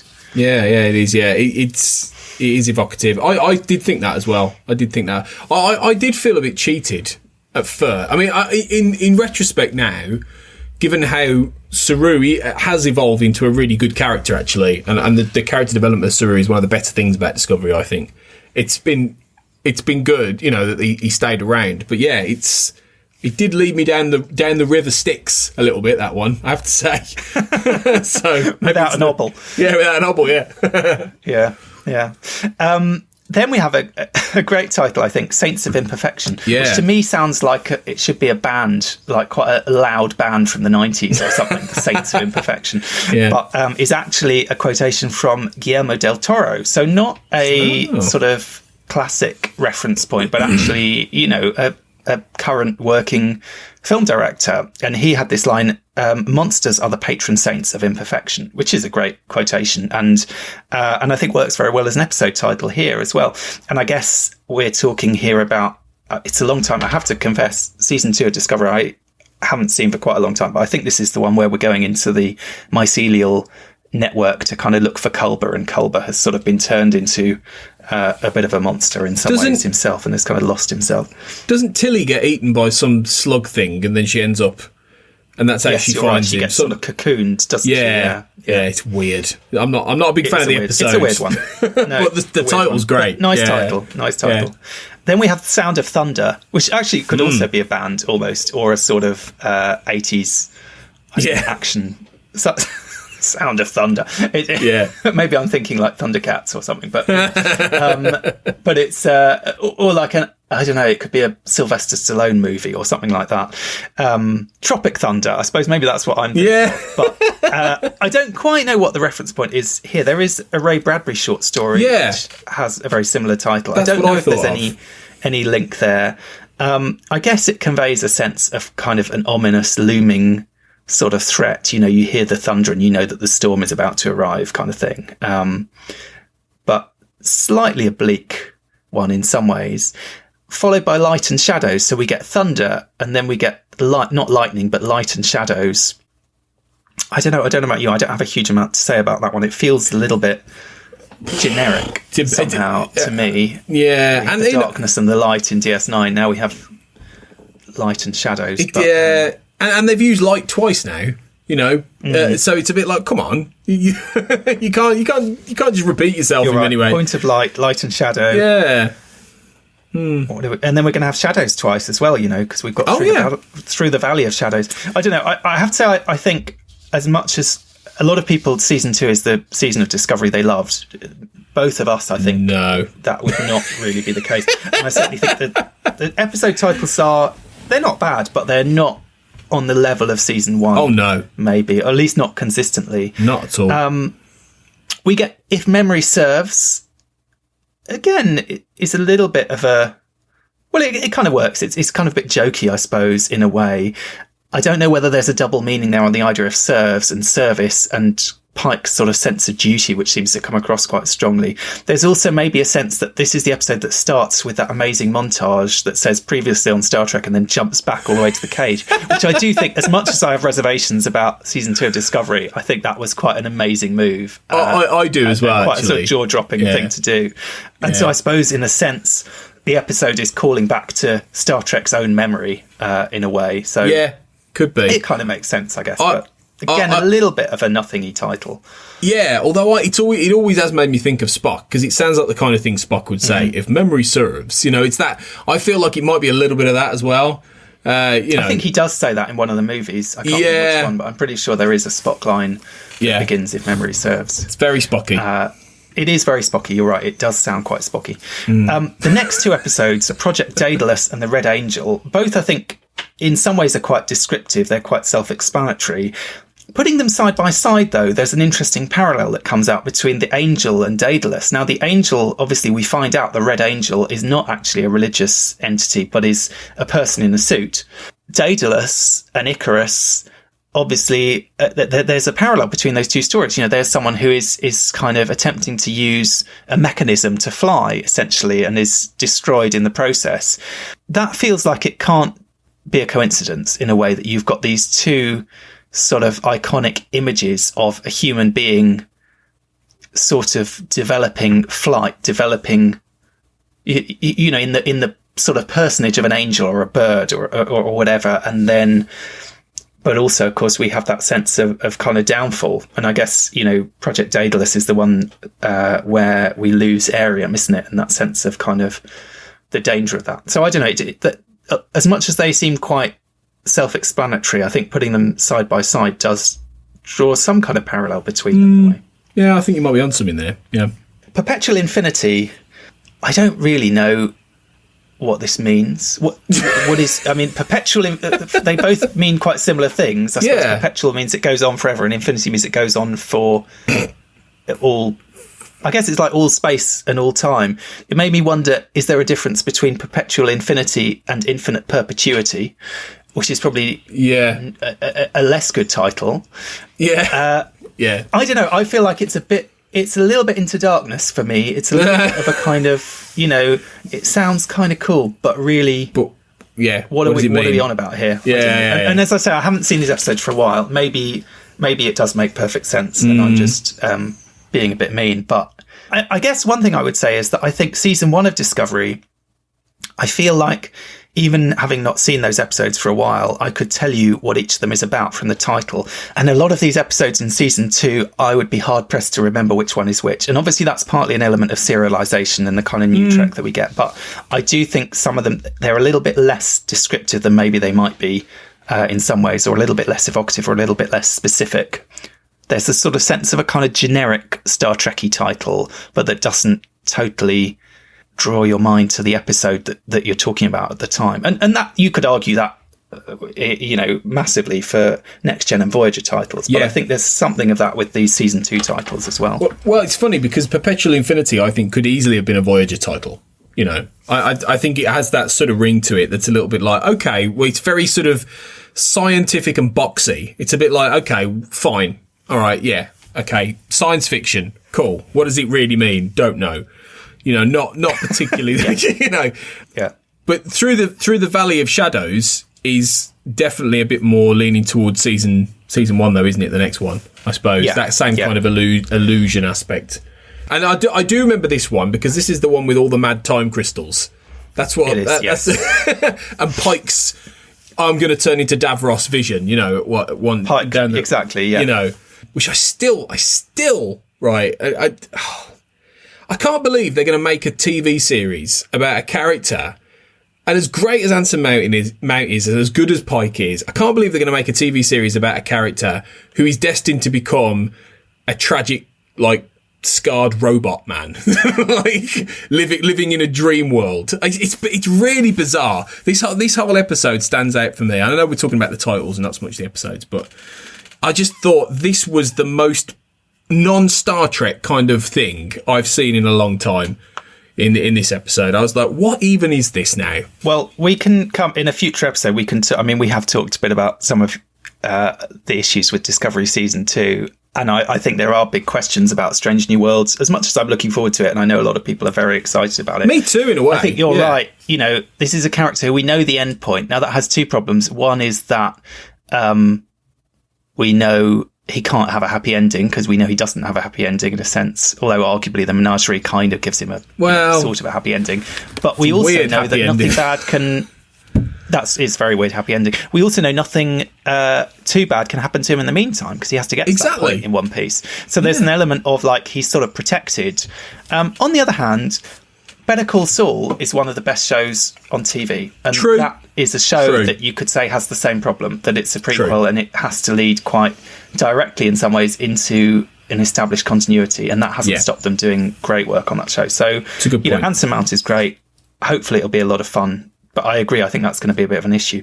Interestingly, that here the reference point is the Bible, and we've had this kind of association with Pike and religious faith, and specifically Christianity. And obviously in The Cage, there was this line where Pike imagines he's in hell and burning in the fires of hell, and the Telosian says to him something like a story from childhood or something. And we sort of, I think, imagine that, human beings don't believe in all this anymore. Discovery kind of retcons it and says actually Pike's father was a Christian, I think, if I remember rightly, or at least was sort of passing down these stories. So there's a kind of question, is Pike actually going to be the first kind of major representative in Star Trek of an actual Earth religion, or what? But anyway, there's that kind of sense. And also this idea, I suppose, though I pass through the valley of the shadows of death, there's mortality, there's death. He sees not his death, but he sees a kind of near-death sort of experience. He sees a death of sorts of the life that he lives.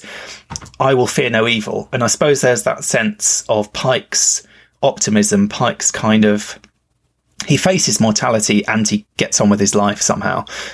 Maybe there's a sense of that, of his kind of positivity and kind of ability to keep on going somehow.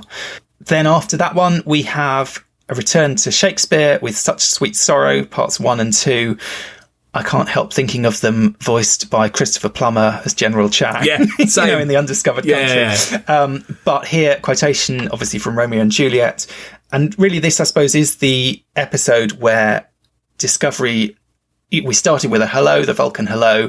Here's a farewell. This is a parting. It's a parting for Burnham and Spock, obviously on a personal level. But it's also the point where Discovery, the show, the ship parts company with the 23rd century, which is, the world that they've existed in, but also the show in a sense parts company with existing Star Trek. In a sense, this is where they really do, you could say this is where the Discovery starts, because they're going, they are going where no one's been before. They're going into the far future. They're going into this place where everything is going to be different. And there's also maybe a kind of sense of this sort of bittersweet quality of parting, that, we have the sweetness of victory, they succeed in the end, but there's also loss. There's the saying goodbye, and there's the saying goodbye to Admiral Cornwall as well. So that, but there's both sweetness and sorrow in the story there, as well as specifically this idea of saying goodbye. Of course, they would like us to think that they're going where no one has gone before, into the far future. And this is a whole other discussion, but do they really? Is it really a completely new, fantastic, mysterious alien? Well, I'm not convinced that season 3 really is, but that's a whole different conversation, Duncan, really, isn't it? That might have to wait for another podcast, but we'll see. Moving on then, we have the second round of short treks. Now, you, Tony, haven't seen these, so I suppose you might be the perfect person to guess what you imagine these episodes are about based on the titles. But I don't know. I'll be interested to know what your feedback is not having seen them. Q&A is the one where Spock and Number One ask each other's questions in a turbo lift. I think that's fairly sort of self-explanatory. I suppose the title is there's an element of the kind of amusing everydayness about it, which is sort of what they're trying to capture in the episode. The Trouble with Edward, I think, is an interesting one. It's a Tribbles episode. Normally, Tribbles episodes, they pun on the word Tribbles. So you've got, more troubles, more Tribbles. You've got trials and tribulations. Here, they want to do the pun, but they don't want to use the word Tribbles. So the pun is the trouble with part gets recycled again. It's kind of jokey and silly, and it's a jokey, silly episode. Ask not what your country can do for you, but what you can do for your country. Kennedy, famous speech. Yeah. I guess this is one where, we see this cadet being put to the test. It's a sort of psychological test. Again, I think there's this sort of idea of service. And it's interesting that it's Pike again who's testing her. And Pike does seem to embody this idea of kind of Starfleet as a real ideal and something, sort of saluting the flag and kind of, living up to the, I guess, in contrast to Lorca, who's very pragmatic and everything, Pike definitely seems like the idealist. He seems like the sort of classic Star Trek captain. So in a way, maybe there's a kind of echo of that there. Ephraim and Dot is, to my mind, is the best of the second season of Short Treks. This is the animated one with the, which my son loves. It's the only Star Trek that he will watch. He adores this episode, but won't watch, as he calls it, the old Star Trek. I did try him on the animated series and he was not having it. But this is a really lovely, it is a kind of quirky, funny little buddy story, which I guess is what the title sort of suggests, about a very cute little tardigrade and a very cute little robot, Dot, those slightly Star Warsy robots that they brought in for Discovery. And I guess the word Dot is kind of diminutive as well. It sounds like a nickname, which is kind of quite cute. It's cutesy, and it's a slightly cutesy episode, so it fits quite well. The Girl Who Made the Stars, obviously, is the story that's referenced in Brother. Here we kind of get an animated version of it. I don't love this one, I have to say.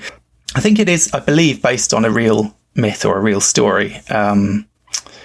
I don't know, someone else might need to fill us in a bit more on this. Children of Mars, I think, is the most interesting title. But in a way, the most disappointing. When that title was announced, and we knew that obviously Picard was going to deal to some extent with the aftermath of what happened on Romulus, though I think maybe we didn't know to what extent, someone pointed out that the children of Mars in mythology are actually Romulus and Remus. So there was an assumption that this was actually going to be a Romulan heavy episode, and that would be quite interesting and quite exciting. Then it turned out that Children of Mars is actually a very prosaic title because it's an episode about 2 children on Mars, which seems, or actually not even on Mars. 2 children on, I mean, they're not children on Mars, they're children on Earth, but their parents are on Mars. So they're not even really children of Mars. It's I don't know. It sounds cool. It sounds like Children of Dune or something. It sounds kind of sci-fi. But, yeah, it sounds like a novel, doesn't it? It sounds like a sci-fi novel. And again, I have to say, I have seen this one. I think you have seen this one. I think Brandon may tell her this is his favourite episode of Star Trek or something. I don't know. I found this one a bit schmaltzy. And of all of Star Trek? Really? Oh, Brandon's he loved mad, it. He absolutely adored it. I don't know. Whatever. If it does it for you, then great. But yeah, fair play. For me, it was a bit of a nothingy prequel to Picard. It was a bit of a tease, and as soon as we saw the first episode of Picard, I feel like it was rendered totally unnecessary. It was really just like a weird teaser, like a sort of short film teaser for me. I don't know about you, because once you get to Remembrance, which is the next one on the list, I just feel like you didn't need Children of Mars. Do you know what I mean? It doesn't really, to me, it doesn't really add anything. But whatever, some people loved it, and they loved the music, even if they should have used the David Bowie version of that song. Moving on to Picard with Remembrance, I think this is a great title. We've got this sense, Picard remembering the supernova, remembering his past, remembering the dead. It's like Remembrance Sunday. There's this sense of kind of loss and remembering that. Remembering the war, and even, we think of Remembrance maybe in terms of the First and Second World Wars. Picard is mentioning Dunkirk at one point at the beginning of this episode, so he's even remembering the Second World War, which no one else remembers. As he points out, he says, you don't know anything of history. There's also, of course, the idea we're remembering Next Generation. We can't watch that without being pushed into this kind of bittersweet nostalgia in a way of, thinking of Picard as we knew him many decades ago. So I think it's a great title for all those reasons. It's and it's quite somber and serious and reflective, which befits the show that they're presenting us with, really. Yeah, no, it is. It is a good title. It definitely fits for all those reasons you've said.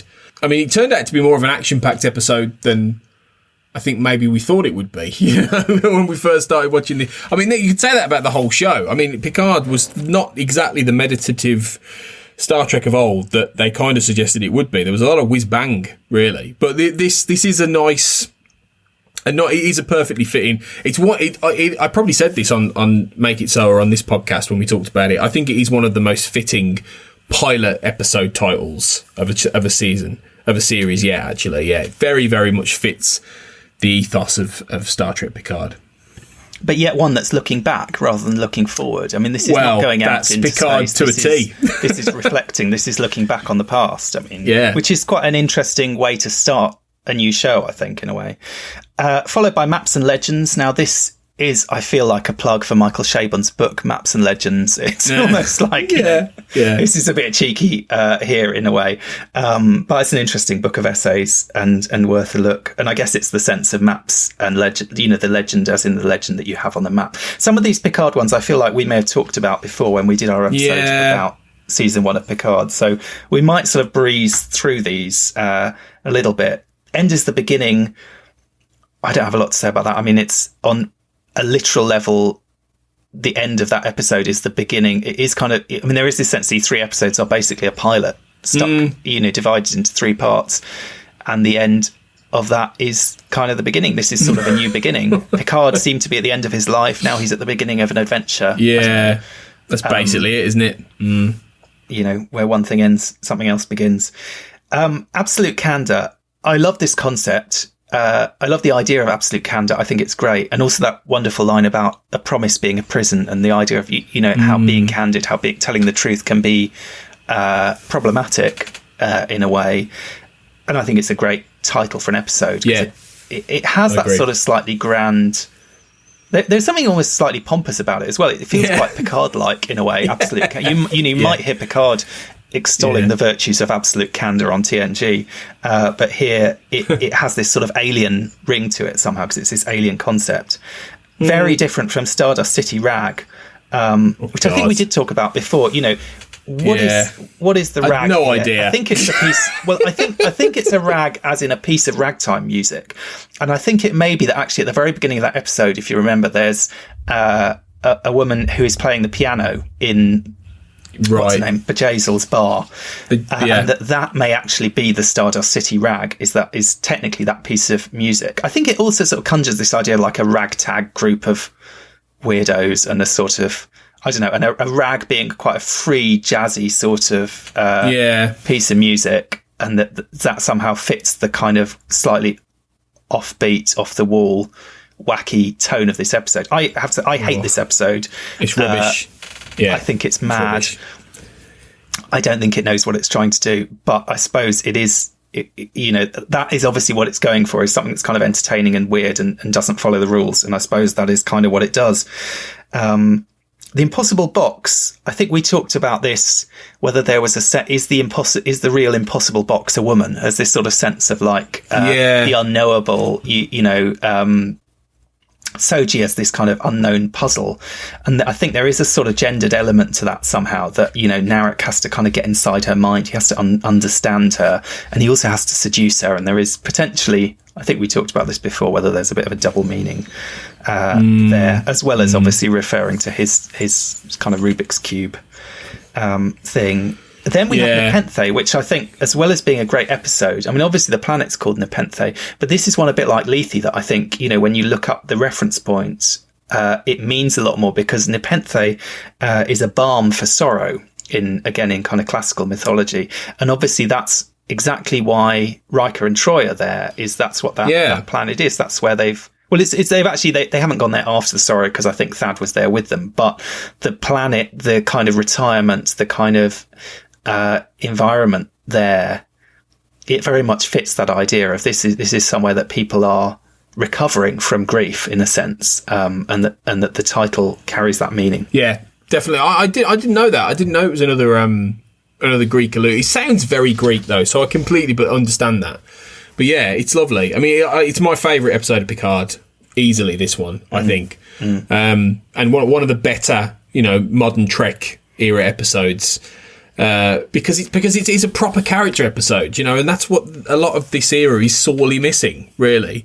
So it's a lovely title for a really nice episode as well. Followed by Broken Pieces. This one can't help make me think of the credit sequence of Picard's, where you see all the little pieces slotting into his face, the pieces that make up the man. Yeah. I sort of wonder, was the title of the episode there before they designed that credit sequence, or was it the other way around? Because it seems so on the nose in a way when especially when you watch it and you're watching that sequence, which obviously we've seen 8 times or whatever by then. But I guess this idea of Picard's pieces being put together, but also I think this is the one with Rios and the Rios holograms all representing different sort of aspects of him, in a sense that Rios is a kind of broken man as well. And arguably everyone in Picard is kind of a broken person trying to put themselves back together one way or another. They should have gone, though, for one of like the books on Rios's shelf, like his existential books, things like, the concept of dread, or the tragic sense of life, or the sickness unto death. They should have gone for one of them. That would have been fantastic. Something really gloomy. Yeah. And then we get finally Et in Arcadia Ego, part 1 and 2, which you and I definitely talked about here. The reference to the painting, the idea that even in paradise, death still lurks, which ironically is the opposite of what this story kind of proves. And I made a maybe slightly reaching argument that there might even be a more specific reference to the play Arcadia by Tom Stoppard that is being alluded to here, that certainly it's the kind of play that you imagine someone like Michael Chabon might be quite keen on. But either way, the reference point there is to that painting. So again, an interesting an allusion specifically to a work of art, I think, rather than a work of literature. Exactly. Although the phrase obviously exists in Virgil, I think, but I think the reference point is really more to the painting than anything else. Yeah, definitely. Okay, so then following Picard, obviously we were meant to get season 3 of Discovery, but they were stuck in post-production, so we got Lower Decks dropping earlier than planned. The Lower Decks titles, I think, are interesting. In some ways, I think a lot of them, they feel almost like parodies of earlier Trek titles in the same way as the episodes feel like parodies of earlier Trek episodes. And I think they, even in a season that only has, 10 episodes, they managed to kind of hit on a lot of the different kind of types of episode titles that we've looked at over the course of this series. We start obviously with Second Contact, which is kind of a joke in itself. It sets up the concept of the show, but it also does it in quite a humorous way, because we know about how important First Contact is. Well, this is not that. This is something less important in a sense. And in a way, it very much sells the theme of the show, I think. Yeah, again, it is a very good pilot episode title, definitely. It very much establishes what this show is, that it's going to be a gentle mockery. And again, the whole idea that these are the lesser crew people. These are the lesser Starfleet officers. It's good. It's knowing. It's winky. Much like the show itself, it is absolutely a show for Star Trek fans, really, more than anybody else. So it's very good. It's a good title. Then we have Envoys. Now, this feels like it could be a Berman era title. Very sort of bland, descriptive. Standard. Fits well with that kind of next-gen font going up on the screen. Here we do get the titles up on screen again, interestingly. So Yay! Lower Decks gets to not only play with the titles, but, be kind of assured that the audience is going to see them, which I think maybe makes a difference there. Yeah. Then we have Temporal Edict. Again, sounds quite sort of, I don't know, has quite a next-gen-y feel to me. Yeah. Maybe the word Voyager. Edict is a little bit more. Yeah, it could be Voyager, definitely Next Gen Voyager, that kind of a title. And then by the time we get to episode 4, this one I think is really trolling this title, Moist Vessel. Yeah. I don't know whose idea this was. Because, so many people have an issue with this. I don't really get it myself, but so many people have an issue with the word moist. And obviously this Lower Decks is the show that is kind of trying to push Star Trek into the realm of like adult comedy and sort of this slightly sort of South Parky, maybe that's going a bit far, but Rick and Morty, this kind of streaming Netflix style of adult comedy, which is quite sort of scabrous and quite graphic and quite sort of bodily fluids and all this sort of thing. And I think to go with Moist Vessel, which is just going to horrify a lot of people, it's just quite a quite a ballsy move in a way. It is a bit of a yucky word though, moist, is it? It does bring out lots of like connotation. This is the episode, right, where Mariner has to clean up all the holodeck waste, right? This is that one, isn't it? I think so. Is it? I can't. Yeah. To be honest, because my only problem with the Lower Decks episodes, I really enjoyed Lower Decks, but a lot of them they don't actually remind me. Probably because they're harking back to that kind of Berman era of titles in many instances. I actually can't necessarily match them with the episodes, but that certainly would make sense. I think it is. And that in itself is definitely the most adult joke the shows Star Trek has ever done, because there's lots of connotations there as to what actually goes on in the holodeck. But yeah, it's this in many ways. This kind of title is you would only have this in something like Lower Decks. You would never get a title like this in any other Star Trek show. No, for sure. So then we have from the kind of slightly grotesque to a rather romantic title, Cupid's Errant Arrow. Now, that one's a bit of a mouthful, but also that one is one of these ones that feels like a quotation. It feels like it should be Shakespeare, but as far as I know, it isn't. I wonder whether that in itself is almost kind of a bit of a joke. It's this sort of slightly pompous sounding, kind of classical sounding episode title. But as far as I know, it's not actually a real quotation from anything other than, when I Google it anyway, all I come up with is the Lower Decks episode. Yeah, it could be. It sounds very spoofy, doesn't it? It sounds like, I thought Time's Arrow as well. Maybe not that there's a connection as such, but Mike McMahon would have absolutely had those kind of things in his head, wouldn't he? Really, when he's writing this, it's the word errant, I think, that makes it sound very like a bit like it's a quotation or something. If you just called it Cupid's Arrow, then it would sort of seem a bit more generic. But calling it Cupid's Errant Arrow, it definitely sounds like it's quoting something. Anyway, maybe it is. Maybe I missed something. And, the Babel conference is there. And obviously one of the great things about these episodes is people have, the listeners have filled us in on so many things that we've missed definitely along the way. So, do continue the conversation there and let us know what we've kind of missed out on. Followed by Terminal Provocations. This to me sounds like a sort of DS9 episode. You had Extreme Measures, you had these kind of, and it sounds like a kind of a thriller, doesn't it? Do you know what I mean? It sounds more like Rules of Engagement or this sort of thing. Terminal Provocations. It sounds like it means business somehow. Yeah. Could have started Harrison Ford in 1998. Exactly. Yeah. Something like and this, that. I think, this is the one with Badgie in it, isn't it? Which it does. Oh, is it? Is this the Badgie one? Element. I think this is the Badgie one. I'm pretty sure this is the Badgie one. Badgie's. Yeah. Oh, I love Badgie. Absolutely brilliant. Then we have one which is, in fact, a Shakespeare reference, Much Ado About Boimler, obviously a reference to Much Ado About Nothing. I guess also in the line of those kind of Star Trek episodes that take a quote and then replace a word with something Star Trek specific. So we had A Fistful of Datas, we had Looking for Parmac in All the Wrong Places, sort of adapting, paraphrasing an expression or a quotation by kind of Star Trekking it, and here we get it with Boimler. There's also a nice little bit of trivia on Memory Alpha about how this is the 12th episode or film to feature the name of a character from Star Trek in the title. So very interesting. There you go. I'll run through the others quickly. Spock's brain in TOS, and then the search for Spock. Data Law, Elementary Dear, there's loads of these. Elementary Dear Data, Data's Day, A Fistful of Datas in TNG. For Deanna Troi, Menage a Troy, which is obviously that great pun name. Dax, for Jadzia Dax in DS9. The House of Quark. Slightly uninspired, that one, I think. Yeah. What can we call it? Dax. And finally, Dr. Bashir, I presume, for Dr. Bashir. So this. What about our man Bashir? Oh yeah, and our man Bashir, that is there as well. So there's 11 others, and then this is the 12th. That Much Ado About Boimler. So this real Star Trek pub quiz territory. Yeah. Yeah, you can use this one, guys. But yeah, so it's been quite a while since we've had a title with the name in. Definitely, it has been. I wonder whether we'll get one in Discovery as well. It's kind of slightly hard to imagine, but well, they could. If we do, it's going to be Burnham. For the love of Mike, that's what they should have. I think that'd be great. That'd work.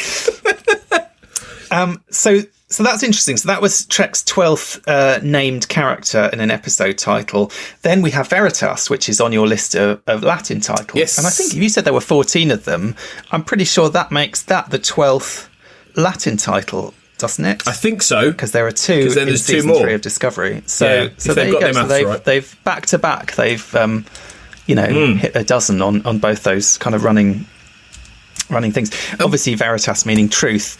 Yes. And I think, again, sort of tying into Star Trek, kind of quoting Latin or quoting, sort of tying into the classical world in a way. In this sort of maybe slightly pompous way. I really enjoyed that episode. I mean, this is not a Lower Decks discussion, but I sort of felt Lower Decks got better and better as it went on. And that was the point where I was really totally into it.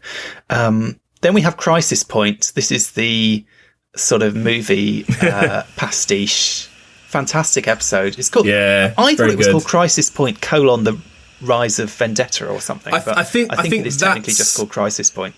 I think that's the name of the in-universe film, and then right. Yeah, no, maybe you're right. It's just called Crisis Point, the episode. Yeah, which also sounds like a kind of Harrison Ford action film. Yeah, from that kind of era in a way, doesn't it? Crisis Point. It's great. It's a great title. Yeah. And then finally, No Small Parts. I love this title. Obviously, from the expression there are no small parts, only small actors, which is, so there's kind of a joke there in a sense, in that that's what the show is about. But it also is really saying something about what the show is about, I think. And this is the episode that really, I would say that the two standouts of the season are Crisis Point and No Small Parts. And I think Crisis Point proves that the comedy absolutely works. And that it works as a kind of parody, as a pastiche, and that it is very entertaining. No Small Parts does something even more impressive, which is that it basically works as Star Trek, and it kind of does the comedy, but it also gets pathos in there. It gets a proper story in there. It gets a kind of dramatic arc. It gets it feels like a real Star Trek episode. it's kind of heartwarming, I suppose, this idea in a sense that, you know, these guys are important too. You know, they might just be ensigns, but there are no unimportant people in this universe. There's no one whose story is not worth telling. And I suppose that's what it's kind of getting at there. And it's a sort of statement of intent in a way, as much as Second Contact was kind of setting up the idea of the show in this kind of self-deprecating, jokey, slightly sarcastic way. This is setting up the concept of the show, but with a bit more conviction, with a kind of, actually, there is something meaningful about this. There is something valuable about this. Yeah, and it feels like, I mean, I feel like we should have a proper discussion on this show about Lower Decks soon this year. Season 1 at least, before season 2 comes out, you know, but it'll be interesting to see if season 2 does build on that. You know, as you've said, that's a really great point. And if it actually does really start to combine a little bit more actual sort of dramatic Trek with the wink and the knowing and the comedy inherent, which will always be there, obviously, in the show. So yeah, maybe it'll just deepen. So maybe this is a really good example of how that'll begin, you know, from this point. So from small parts, we go to a very large time jump to look at Discovery Season 3, the most recent Trek that we've been exposed to, really, and the most recent set of titles. Now, these were interesting because they did start dropping them ahead of time, and some of them that we'll come on to talk about actually ended up changing. There were a few puzzling titles here, but now we have the benefit of having seen the whole season as well as having seen the titles, and we can talk about them, starting, of course, with That Hope Is You, Part 1. Yeah. Now, this obviously was a big mystery, wasn't it, at the time? Because we knew that the next episode wasn't That Hope Is You Part 2. And we were like, what? Like, when are we getting... But this is a first for Star Trek in that they... as it turns out, bookend the season with the same title and the 2 parts, which is I've not really seen that done on television at all, as far as I can remember. It's the first time it's sort of ever been done. Tony, didn't the X-Files do that trick recently? I suppose so, but it wasn't... I guess so, with the My Struggle 1, 2, 3 and 4. 1, 2, 3 and 4. I suppose so, but it doesn't quite feel the same, because it wasn't actually Part 1 or Part 2. You know, right, so you are probably technically correct, but this just feels slightly different. It feels like it would have been, you know, the first of, in the old style of Trek titles, it would have been the second episode of the season would have been Part 2, you know, and you would have had its 2-part opening episodes. Yeah, of course, so it's a strange decision in many ways to actually go there and do that, isn't it? It was a strange choice. Well, definitely an unusual choice not to have Part 1 and Part 2 back to back. And then I guess when we got the titles for the end of the season and Part 2 wasn't even the finale originally, then people were like, okay, what the hell is going on? Where is this Part 2? You know, so people were saying, is it going to be a short Trek? I was speculating it was going to be the premiere of the following season because they seem to have already been well into writing, I think, by that point. And I got the sense that seasons 3 and 4 were much kind of closer together in terms of production and planning and so on than we've seen previously with Discovery. But then obviously they kind of pulled the rug under us and revealed that the finale was going to be That Hope Is You Part 2, which kind of makes me wonder, did the first episode of season 3 originally have another title? I mean, we don't normally, obviously sometimes, you know, if you go through Memory Alpha and look at some of these old 90s Treks or whatever, sometimes you'll find there was a working title that the writers were using and that got swapped out at some point. But I can't think of an example where titles have been released for episodes and then subsequently changed, and they'd actually changed the last 3 episodes of this season. I mean, we'll talk about it when we get to them, all ended up changing their names. And I do think there's an interesting question there as to what, you know, what motivates those decisions to say, actually, this episode's not, you know, okay, we may have shot it under this name, but we're going to release it under that name. But also, why did that happen so late in the day? I mean, so late in the process that they'd already released them all ahead of time. And then someone came in and said, no, that's not the title we're going for. I'm going to have to say, I can sort of relate to it because I had an experience with the most recent book that I wrote, that the hardback came out under one title. And then for the paperback, they decided to go with a totally different title, which I have to say, I think is quite, I mean, I didn't really mind, but a lot of readers were very confused. Some people ended up buying it twice, which, is not so bad for me, but probably not great for them. I mean, I do think it's kind of confusing when you start messing with titles and changing them. And you do get that with books sometimes when they cross internationally. Like the first Harry Potter book had a different title. The first His Dark Materials book, I think they changed the title for the Americans. We're kind of used to that sort of thing, but changing it sort of fairly publicly, insofar as you've already released the name of the title, and then you're going to say, actually, yeah, we're not calling it that anymore, we're going to call it something else. It's unusual, at least. Yeah, very. I for my upcoming Star Trek book, Star Trek History and Us, I'm actually quite surprised that was the title I suggested, and they've added a bit of a suffix on, but I'm actually quite surprised that they've gone with that title, because in my last book it was completely different, completely changed. Yeah. So it's quite good in that sense. And your book, funnily enough, I remember having a similar experience that the one you've described, because I saw it in Waterstones. I was looking through the books, and it was quite prominently placed, in Waterstones in the history section. Well, that's always good to hear. It really was. And I was like, oh wow, that's Duncan's book. And then I was like, hang on, that's when the Germans came.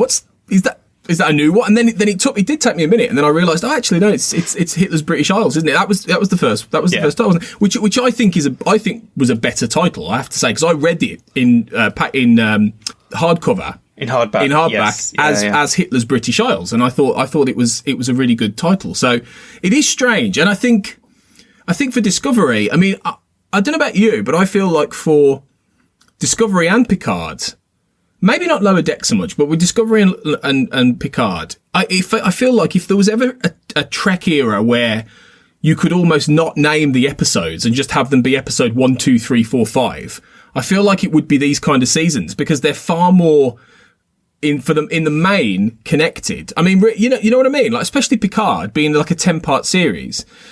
And I know Star Trek would never do that, and I'm glad, because I think episode titles are really important and crucial, but it feels like some of these episodes don't always necessarily stand out in the way that older Star Trek episodes do, in my opinion. So maybe the titles aren't as important to the writers when they first do it, for that reason. Well, that's an interesting question. I wonder also whether it makes a difference. Obviously, back in the day, you're doing 24-ish episodes. You're kind of working all year round, effectively.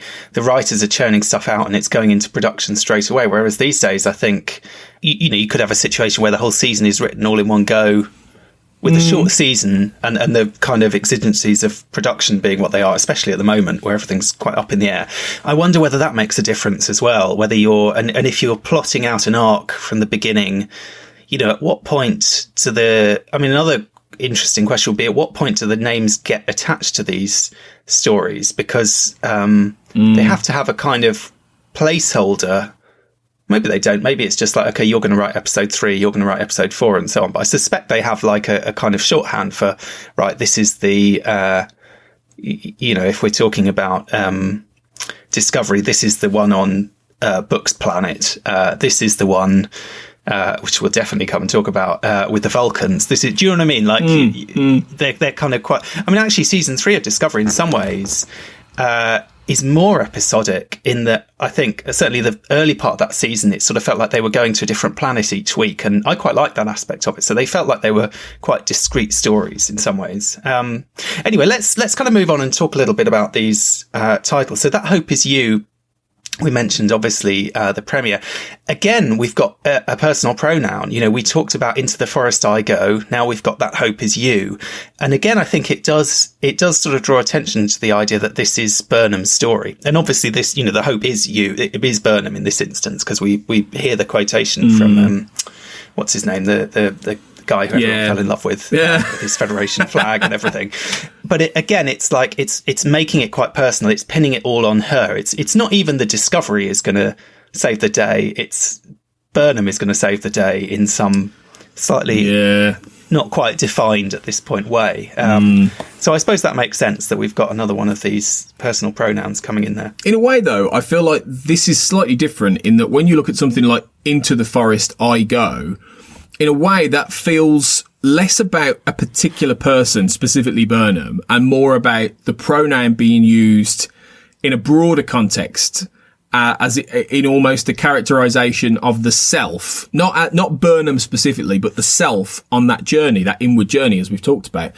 Whereas I feel like that Hope Is You is basically just, the beginning of, Burnham's Mary Sue arc throughout this entire season. I've got big issues with the character of Burnham in season 3 particularly, which I won't necessarily bore people with in this podcast, but I feel like that's a very much on the nose kind of that Hope Is You. I don't really see any broader idea there behind this title, except to sort of suggest that, Burnham is the MVP of this show, and it's all going to be pinned on her. And I think that's quite explicit, really. I mean, this is a massive can of worms to be opening at this late stage in the conversation. I think, and maybe this is one we should save really for another episode.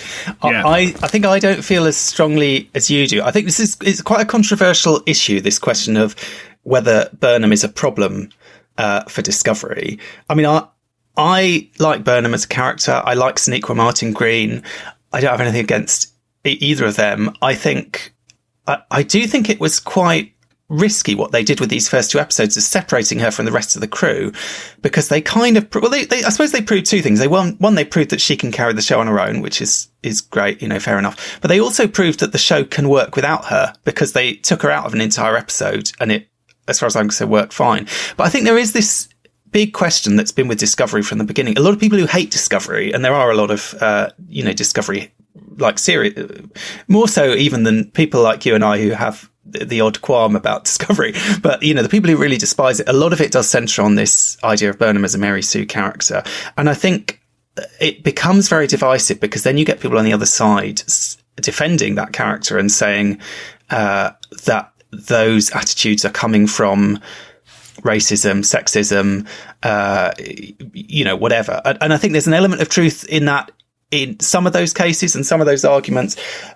But personally, I sort of think I do think there's something slightly problematic about it. And I don't think it's quite the same. People always say, look at the other shows that, where the lead was the captain or whatever. We didn't have this problem. I sort of feel like I'm not sure that's quite true, because I think the fact is you could do a show from the perspective of the first officer, or of this other character, whatever she is. She starts off as first officer and sort of ends up back there, and then obviously now she's the captain. But I think it's more the fact that she seems coincidentally to be so central to every one of these massive kind of galaxy spanning sort of events somehow, that and the fact that it happens over and over again, it starts to feel a little bit convenient, maybe. I don't know. I mean, obviously we had, say, Sisko, who turned out to be basically a god, and people don't really complain about that. But I feel like that sort of that gave him a reason to be at the centre of that whole storyline, if you know what I mean, because that had been set up in the first episode, and that was sort of, I don't know. Maybe we're not really going to get to the bottom of this. What I sort of feel is that there's kind of a lack of good faith sometimes on both sides of this argument, potentially. And that actually, I don't think it's a problem that Burnham is the main character. I think that's great. And I think she's a good character, and I like watching her. But I do think there's something when they kind of plot out these arcs, I suppose they inevitably have to find a way to make her the central character in the story, where her position on the ship or whatever wouldn't necessarily lend itself to that. Now, obviously, going into season 4, they made her the captain and so on. It's going to be a lot easier. I think they're not going to have to, it's not going to be such a stretch somehow. We kind of accepted it was Picard that was turned into Locutus. I mean, if it was another member of the crew, I don't know. I don't know whether it would have played out differently. Data, they probably could have done it. If it had been, Geordi that had been Locutus, and that had been a big ongoing thing, I feel like that would have been, I don't know. It would have been different anyway. It would have been different. But so I don't feel quite as strongly as you about this, but I do have a slight reservation about it. Well, honestly, I think there's a whole other discussion we should have on this. I think this would make a good episode of Primitive Culture, because I think there is a real conflation that people who are critical of Burnham's character arc this season are making with black representation in Discovery, and I think I don't think that's a fair criticism at all. And I've had that levelled at me actually on social media. The suggestion that I don't like Burnham because she's a black lead, and that couldn't be further from the truth at all. I don't like the character of Burnham. Nothing against Sonequa Martin Green, because she's very spirited and I think she's a decent actress. I don't like the character of Burnham in this show, particularly in these last couple of seasons, because it this is connected to this discussion today, because that Hope Is You, for me, very much sort of spells this out, that the writers are so in love with Burnham they cannot see. Well, to use another pun, the forest I go for the trees. They just can't. I think they feel like there's this weird conflation between Sonequa, Burnham, this idea of a heroine, of even a black heroine in space. I think there's a lot to it. I think it's a fascinating idea and topic, actually, and I think they're a little bit obsessed with what Burnham represents in a broader context in many ways, and also the current space that Discovery is operating in. I think there's a lot to it. I think it's a really interesting idea.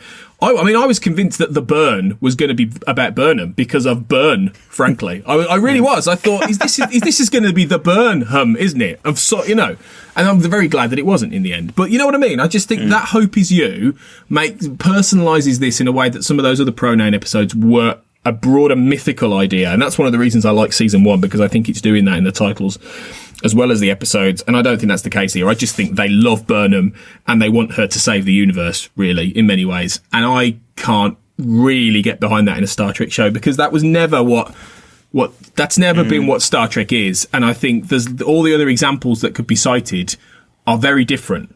So anyway, it's a much, much bigger, broader discussion that I'd love to have, actually, on this podcast. Maybe we will one day. There's something to look forward to, or skip, depending on your inclination. Anyway. Well, yeah, okay. So from Burnham being the key to life, the universe and everything, to the next episode that she's not even in, which, as I say, I think was quite a bold choice, Far From Home. I don't have a huge amount to say about this. I think it's the name of a Spider-Man film as well, isn't it, recently? Oh, yeah. Obviously, they are far from home, both, temporally and spiritually. And I don't know whether they are spatially or not. I don't think I quite got my head around that and where exactly they landed and what was going on with the kind of geography of all this. But I guess it sort of sells the sort of not lost in space, but lost in time thing, I suppose, doesn't it? It could be a Voyager episode, Far From Home. Yeah, I feel like it's fine. I really like that episode, actually. I think it's one of the better ones of the season. But I think it's a perfectly simple, not very sort of layered title. I think a lot of these early episodes of the season, I think a lot of the episodes of the season, again, are fairly standard to the point titles. I think the first 2 episodes actually do. I think they pretty much hit you on the head with, okay, well, that's what this is. So there's not a vast amount to say about it, really. They're certainly less flamboyant than the season 1 episode titles we were talking about earlier, aren't they? I mean, Far From Home, People of Earth, I suppose there's sort of, I quite liked all these episodes, actually. I quite enjoyed them all. People of Earth, I guess there's a sort of question, are they of Earth? Who is it? Do you know what I mean? Are our people of Earth anymore? Do you know what I mean? Because Earth has kind of changed. Earth's done a sort of Brexit, basically, and, is not what it once was. So I guess there's a little bit of sort of irony there in a way. Interesting, we had Children of Mars in the short treks. Now we've got People of Earth. Yeah. Could you have Fedzit? Instead of Brett, could you have Fedzit? Because they've left Fedzit. It'd be Earth, isn't it? It's Earth that's exited, so it's Earthxit. Probably doesn't roll off the tongue. I mean, much as I hate Brexit, it does roll off the tongue. I'll give them that. But yeah, it does. Yeah. I think you can thank a tabloid journalist for that, though. Not the architects of Brexit, but. And then we get Forget Me Not, which I think is very simple, nice and simple and kind of touching. Again, interesting episode, quite a moving episode in many ways, and quite a sort of, again, I suppose going for that sort of quite simple, quite sort of quiet title somehow, if you know what I mean. It's not the kind of action adventure, and that is clear from the episode title. I quite like that one. Yeah. The episode was okay. I quite like the title. It has a bit more of a romanticism fairy tale aspect, I suppose, doesn't it? So it's sort of thing I could have imagined a next gen episode being called, actually, Forget Me Not. You could have it in a double bill with Remember Me, couldn't you? Yeah. Yeah, right, exactly. Yeah. No, it's a nice one. Yeah, it's a nice title. Then we get Die Trying. Now, I think that's a great title, actually. Yeah. I feel like that could almost be a DS9 episode. A Klingon episode. A Klingon episode, yeah. Sure. I mean, this actually, though, I think is the episode with the seed bank, isn't it? This is when Arn mysteriously jumped ship about 2 weeks after having been made a series regular, which I did find quite baffling. Really, really odd. What's going on then? Yeah. I assume she's coming back at some point, maybe. I don't know. But yeah, nice title. I suppose it conveys that sort of sense of desperation and the sense that, they are in quite a desperate situation, the Discovery crew, I think, and quite, very dislocated, certainly at this early stage of the season, and feeling kind of quite adrift. So I suppose it sort of, it fits with that a little bit. Scavengers seems fairly self-explanatory, I guess. And then I think we get to, this was the absolute, WTF moment of, when they started dropping these episode titles. Yeah. This can only, this is almost, we talked about Moist Vessel being a kind of trolling title. This is whatever the opposite of trolling is, something that you've released to kind of just make the fandom explode. Yeah. Calling this episode Unification 3 was a very ballsy and I think quite brilliant move in a way, because and there were debates going on about it. Is this going to just be a tease? Is it kind of a bait and switch? Is it actually, are we really going to get a resolution to this Romulan Vulcan question, or is it just? Is it a bit of a trick somehow? Are they just playing with us? Are they toying with us? Is it a joke? But in fact, it is. And so it's a weird example of an episode title that I suppose a little bit like in DS9 you had Who Mourns for Morn, didn't you? Which is kind of riffing on an original series episode title, or even Trials and Tribulations, I guess you could say they did that again. This is one where it's playing on the fact that you remember those next-gen episodes. And of course, when we get to it, we even get to see footage, I think, taken from those next-gen episodes, don't we, in the episode itself? Yeah.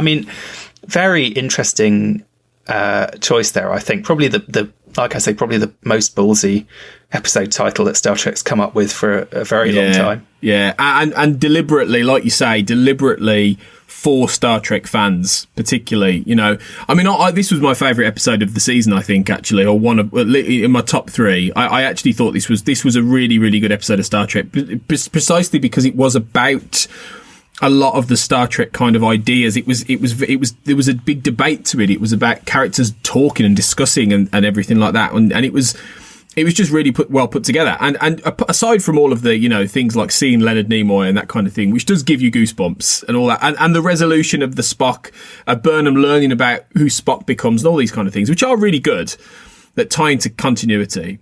It was good that they did actually give the people what they wanted when they saw that title. I think had they tricked us with it, everyone would have gone, "Oh, what they actually did," and it was a good resolution. It was a good story. So yeah, they really, really got that one right. Absolutely. And yeah, it's so, they got away with it. And, they kind of almost might not have done in another context. But I think, and again, it's one of those examples of an unusual thing to do, doing, part 3 of a story that began nearly 30 years ago on a show 3 series back or whatever, 4 series back. It is ballsy. You're absolutely right. And it works. Definitely. I'm kind of curious with that one as well, at what point they came up with the title. They must have, been working out this episode. Who knows, maybe it had even been written by this point. And at some point, someone must have just had this genius idea and said, and you could kind of almost imagine the excitement in the room when someone makes this suggestion, you know what we could call this one.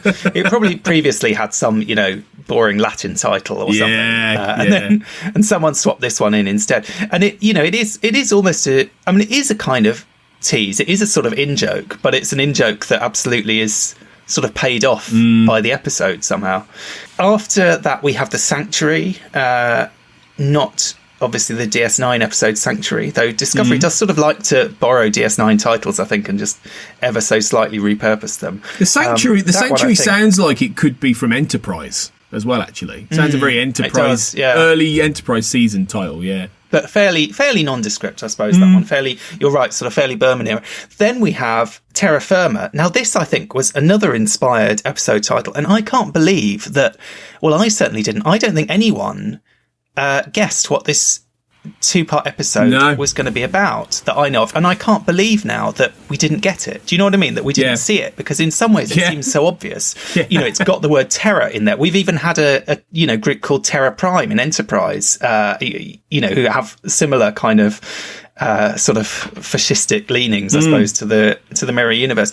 But I just kind of assumed it's called Terra Firma because they're going to go back to Earth, and it's going to be about settling down on Earth, or kind of connecting to their I don't know, whatever. They're meeting up with their descendants, kind of stopping for a moment and kind of pausing. It's going to be one of those kind of things, or something's going to go on Earth. The fact that Terra Firma refers to the Terran Empire, I just think was astonishing. And this was one of those kind of twists that they got away with, that I think whatever you think of those 2 episodes, and I know some people love them, some people not so keen on them, that was quite an amazing twist. And they've done it twice now, Discovery. I mean, when they took us to the Mirror Universe in the first season, it was a bit of a kind of jolt, although the way things had played out, people had been sort of starting to predict it. Doing it again now, I think everyone was kind of blindsided by it, as far as I can see. And I think coming up with a title that, obviously they had to have a title that didn't totally tip their hand, so there's no mirror puns here. It's not through the looking glass again or whatever, and yet something that you look back on and you think, why did we not get that? It's so obvious. It was a brilliant move here. Yeah, definitely. And I mean, I'm fairly lukewarm on pretty much all of the actual Mirror Universe stuff. I think this was like my point where I thought, that is enough now. That's it. I am happily done with all of this. But all of the other stuff around it with the Guardian of Forever and all that, wonderful, great stuff. And like. But yeah, you're right. I had exactly the same thought about Terra Firma in that I thought it was going to be about Earth. I thought it might have been the next part in the Earth story after People of Earth. I thought it might be part of an arc they were doing and that kind of thing, because obviously the title in Latin is Solid Earth. So, a very, very good little bit of wrong foot in there, actually. So very smart. Absolutely. Yeah, I appreciate what they did there. Now, after that, we have the first of these episodes that changed the title. I guess for the Discovery kind of this season ends with effectively a 3-parter, doesn't it? The 3-part storyline which deals with the origin of the burn. Now, the first of these episodes is called Sukal, which is the name of the alien guy, the other Kelpian. Previously, it was called The Citadel. Now, I loved the title, The Citadel, when they released that. I thought, wow, that sounds cool. That sounds interesting. Yeah. I was quite keen for that. Sukal, I guess, until you've seen it, it doesn't mean much. I mean, we have other episodes in Star Trek that are named after the guest star, I suppose. We've got Ensign Rowe. We've got... I don't know. Now I'm blanking. I was going to say Darmok, but obviously that's not the name of the guest star. Yeah, there are other episodes that have done that. Yeah. There have been a name. I don't know. I wonder why they changed this one, because I quite like the Citadel, but for whatever reason they decided Sukal was better. Maybe they thought that it wasn't enough of like a Citadel. Maybe they just looked at it and thought maybe there isn't enough here to sort of for that title to make sense. I don't know. But like you say, that it is a little bit more descriptive and elegant. Whereas, like you say, Sukal could mean anything. Sukal could be a ship, it could be a planet, it could be a nebula. It doesn't have to be a person. So, yeah. But luckily, it turned out it was a really, really good episode. So, luckily, it all turned out okay in the end. And then we have, I think, maybe the most interesting change with the next episode, There Is a Tide. Now, this originally was called The Good of the People. Yes, so this is a quotation from Cicero, the good of the people is the greatest law. Now, I guess this is kind of referring to the sort of negotiations going on for this peace treaty, maybe, that is kind of going on in this episode. I assume that's sort of what we're alluding to here. Now, interestingly, so you've got a Roman title, effectively, though not, thankfully, delivered in Latin this time. And then they switched to a Shakespearean title, There Is a Tide. But the quotation, There Is a Tide, comes from the play Julius Caesar. So although it's a Shakespearean title, it's a Roman... it's a sort of Roman sentiment. There is a tide in the affairs of men which, taken at the flood, leads on to fortune. So this sort of idea of seizing the moment, seizing the opportunity, which I suppose I can sort of understand the switch. it suggests a bit more action somehow. I mean, The Good of the People does sound a bit like a kind of morality play or something, doesn't it? It sounds a bit like, isn't there an Ibsen play called something like that? It sounds like it's going to be quite people in rooms arguing over things somehow. Whereas There Is a Tide, especially with that ... sounds a little bit more like something is about to happen. Do you know what I mean? There's a kind of imminent kind of action of some kind. So I can kind of understand that switch. But just, I find it interesting that they went from one kind of Roman saying to another, effectively. Well, I think what's interesting about it is that, like, had the episode perhaps been a lot more based around what I think is perhaps the most interesting scene, which is the stuff between Admiral, what's his name? The Admiral, and Dadmiral. Hunky Dadmiral, yeah. Hunky Dadmiral. Admiral Vance. And that's the one. And Osira, which was very much all about, politics and how suddenly Osira happens to be a senator in some sort of, actual government, which was bonkers because she's basically been like a catsuit gangster all season. I mean, it didn't make any sense, but it was a very interesting conversation. And I wonder if the episode had been more geared onto that axis, The Good of the People would have made more sense as a title if it had been a little bit more meditative as an episode. But it's basically Die Hard, isn't it? This episode in many ways, it's John Burnham McClane on Discovery saving the ship. So There Is a Tide, definitely, like you say, it implies more action, it's more suspense, it's more drama. I mean, it's a really good title, but it's, and it's ominous, it suggests something coming, it suggests something powerful happening. So I like it. Is it particularly, resonant for what happens? I don't know. I don't really know if it makes... I mean, we've talked about how the Discovery Season 1 titles made real thematic resonant sense. I don't really know if this does, as much as maybe they think it does or they want it to, I think that's a fair point, yes. It's a good title in the abstract. I think in a year's time, we might be struggling to remember what happened in that episode. And obviously that's not a problem that's unique to Discovery. There are... Oh yeah, you could easily have a pub quiz of Star Trek episode titles, and pick some slightly less well known ones and ask people what happened in them, and a lot of us probably would struggle. Yeah. I think that's an interesting point. It's kind of an evocative quotation, but does it really latch onto the episode enough to work in that way as a title? Then obviously we get to the finale, That Hope Is You Part 2. We talked about what on earth was going on there? Were we ever going to get part 2? Well, now we did, and it was the episode that was previously called Outside. Now, Outside presumably was keeping the focus on Sukal, and the idea, I assume the Outside was referring to him leaving his sort of created world and kind of experiencing the world outside in some ways. Obviously, That Hope Is You brings the focus again back onto Burnham, which, maybe is appropriate for the show. Outside does feel a very low-key title to end the season on somehow. I think I actually think in this instance I can see why they did it. I think maybe it was a good decision. But maybe it was also, maybe they were holding out part 2 till the next season, or who knows, till 3 seasons down the line or something like that.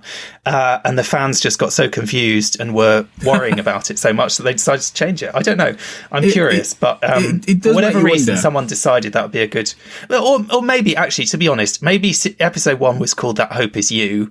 Maybe episode 1 was called That Hope Is You. All these other episodes had their own names, including Outside. And then at some point, someone said, hey, why don't we make that first episode of part 1 and we'll call this part 2, and it will feel like we've wrapped the season up somehow because we've bookended it like that. On the other hand, if that's the case, then why did they release the wrong old title? Was that just someone screwed up in the PR department or what, Well, it could have been a misdirect, couldn't it? It could have been that they wanted... I mean, it's weird, though, because if they'd have said that it was called That Hope Is You Part 2...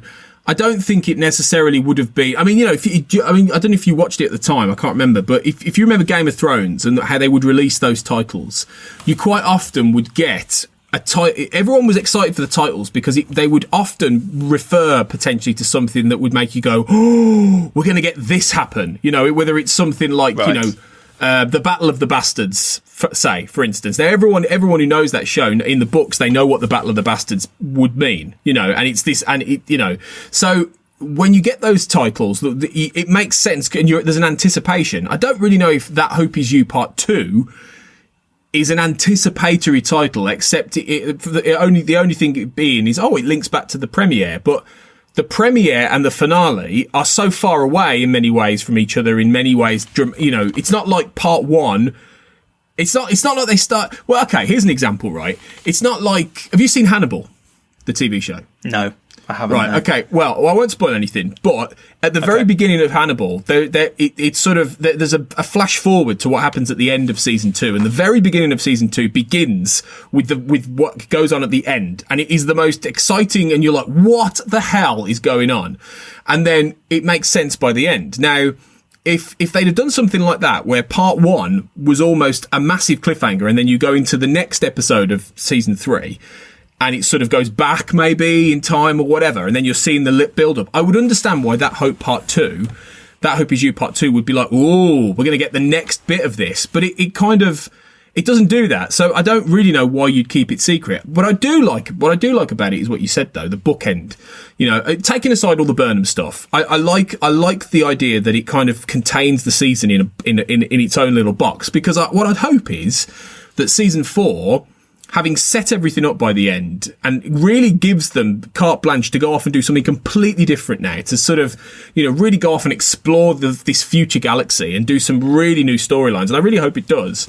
So you could almost say that this sort of brackets season 3 in its own way, in quite a nice way, actually. So on that basis, I like it. And it's definitely more evocative than Outside, which is just, it could be anything, couldn't it? It sets us up. And it's true, maybe in part 1, the hope is Burnham for kind of, I don't know, bringing the Federation, the ideals of the Federation back somehow. By the end, it's also the hope of the Discovery crew. She's their captain. I don't know. Do you know what I mean? There's there is a sense that finale, that season 3 finale, is almost getting us to the point where, there was all this debate about, she's the main character, but she's not the captain, blah, blah, blah. And now, of course, she is the captain. So it's like, this is the point where most Star Trek series start from, really, and all this stuff, all this past is prologue. And, maybe season 4 is going to be where we, maybe season 4 is going to be where the story, as it kind of goes on, starts. Like the toys are all in the right places in the box. Who knows? Although maybe. I think currently Saru is off the ship, and who knows what's going to go on there. So there's plenty more to deal with. But yeah, obviously we will find out in due course. I mean, they're filming at the moment. Eventually we'll get to see those episodes, and before we get to see those episodes, we'll get to see the titles for those episodes, and we can speculate wildly about what they might or might not be referring to, and then see whether we got it right or not. Duncan, I can't wait for That Hope Is You Part 3, quite frankly. Absolutely. Part 4, 5, 6, I mean, they got four My Struggles, didn't they? Yeah. Exactly. Yeah. Maybe they'll all just be That Hope Is You from now on. I'm pretty sure if Gillian Anderson had agreed, there'd be at least, another couple of My Struggles out there. But, My Struggle 5 and 6. Yeah, sadly. Who knows? Well, anyway, as and when these episodes are released and these titles are released, maybe we will come back to this ongoing series and pick up where we leave off here. But for now, that is it. That is Star Trek. That is 801 episodes of Star Trek, I think. Obviously, we haven't talked about all of them. We've skipped over quite a few, but those were the highlights.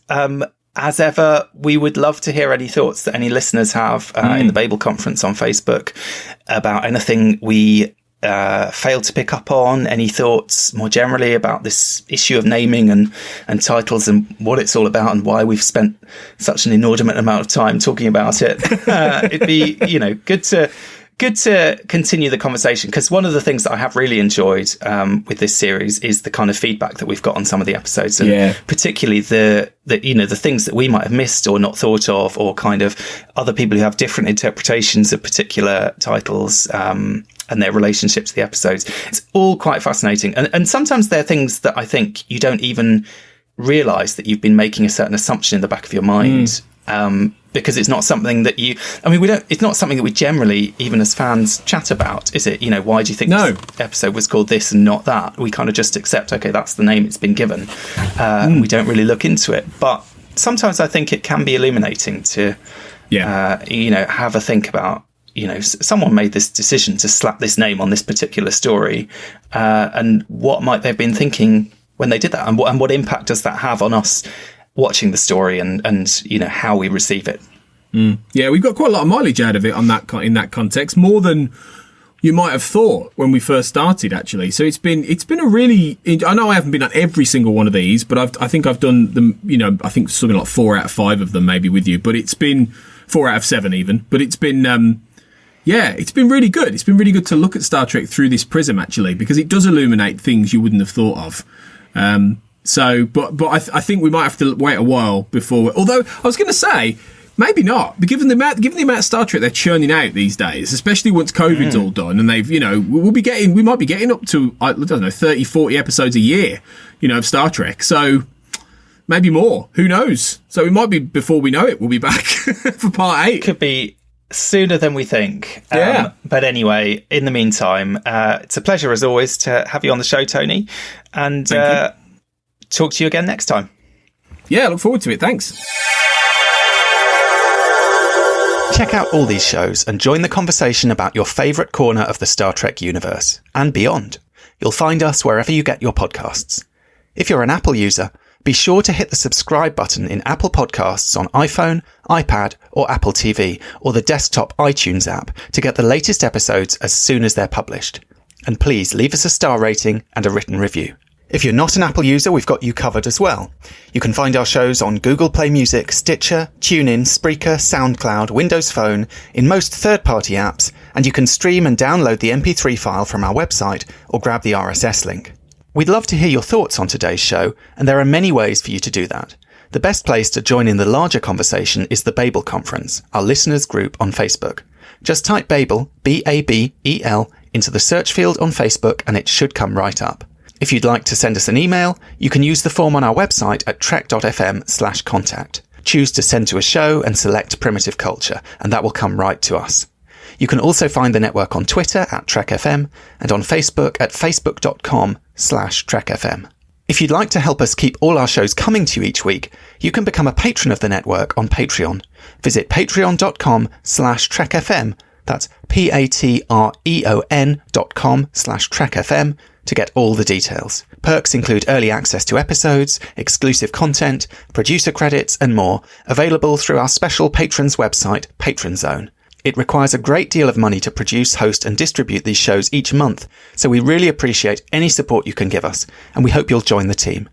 Again, you can find all our details at patreon.com/TrekFM. We'd like to take a moment now to thank our associate producers on Primitive Culture, Amy Nelson, Clara Cook, and Tony Black. Amy is a presenter of many other shows on the network, and you can find her on Twitter at Miss Amy Nelson. Clara and Tony were 2 of the former co-hosts of this show, and they'll be popping back from time to time. You can find Clara on Twitter at ClaraJeanMC, and Tony at AJ Black Writer.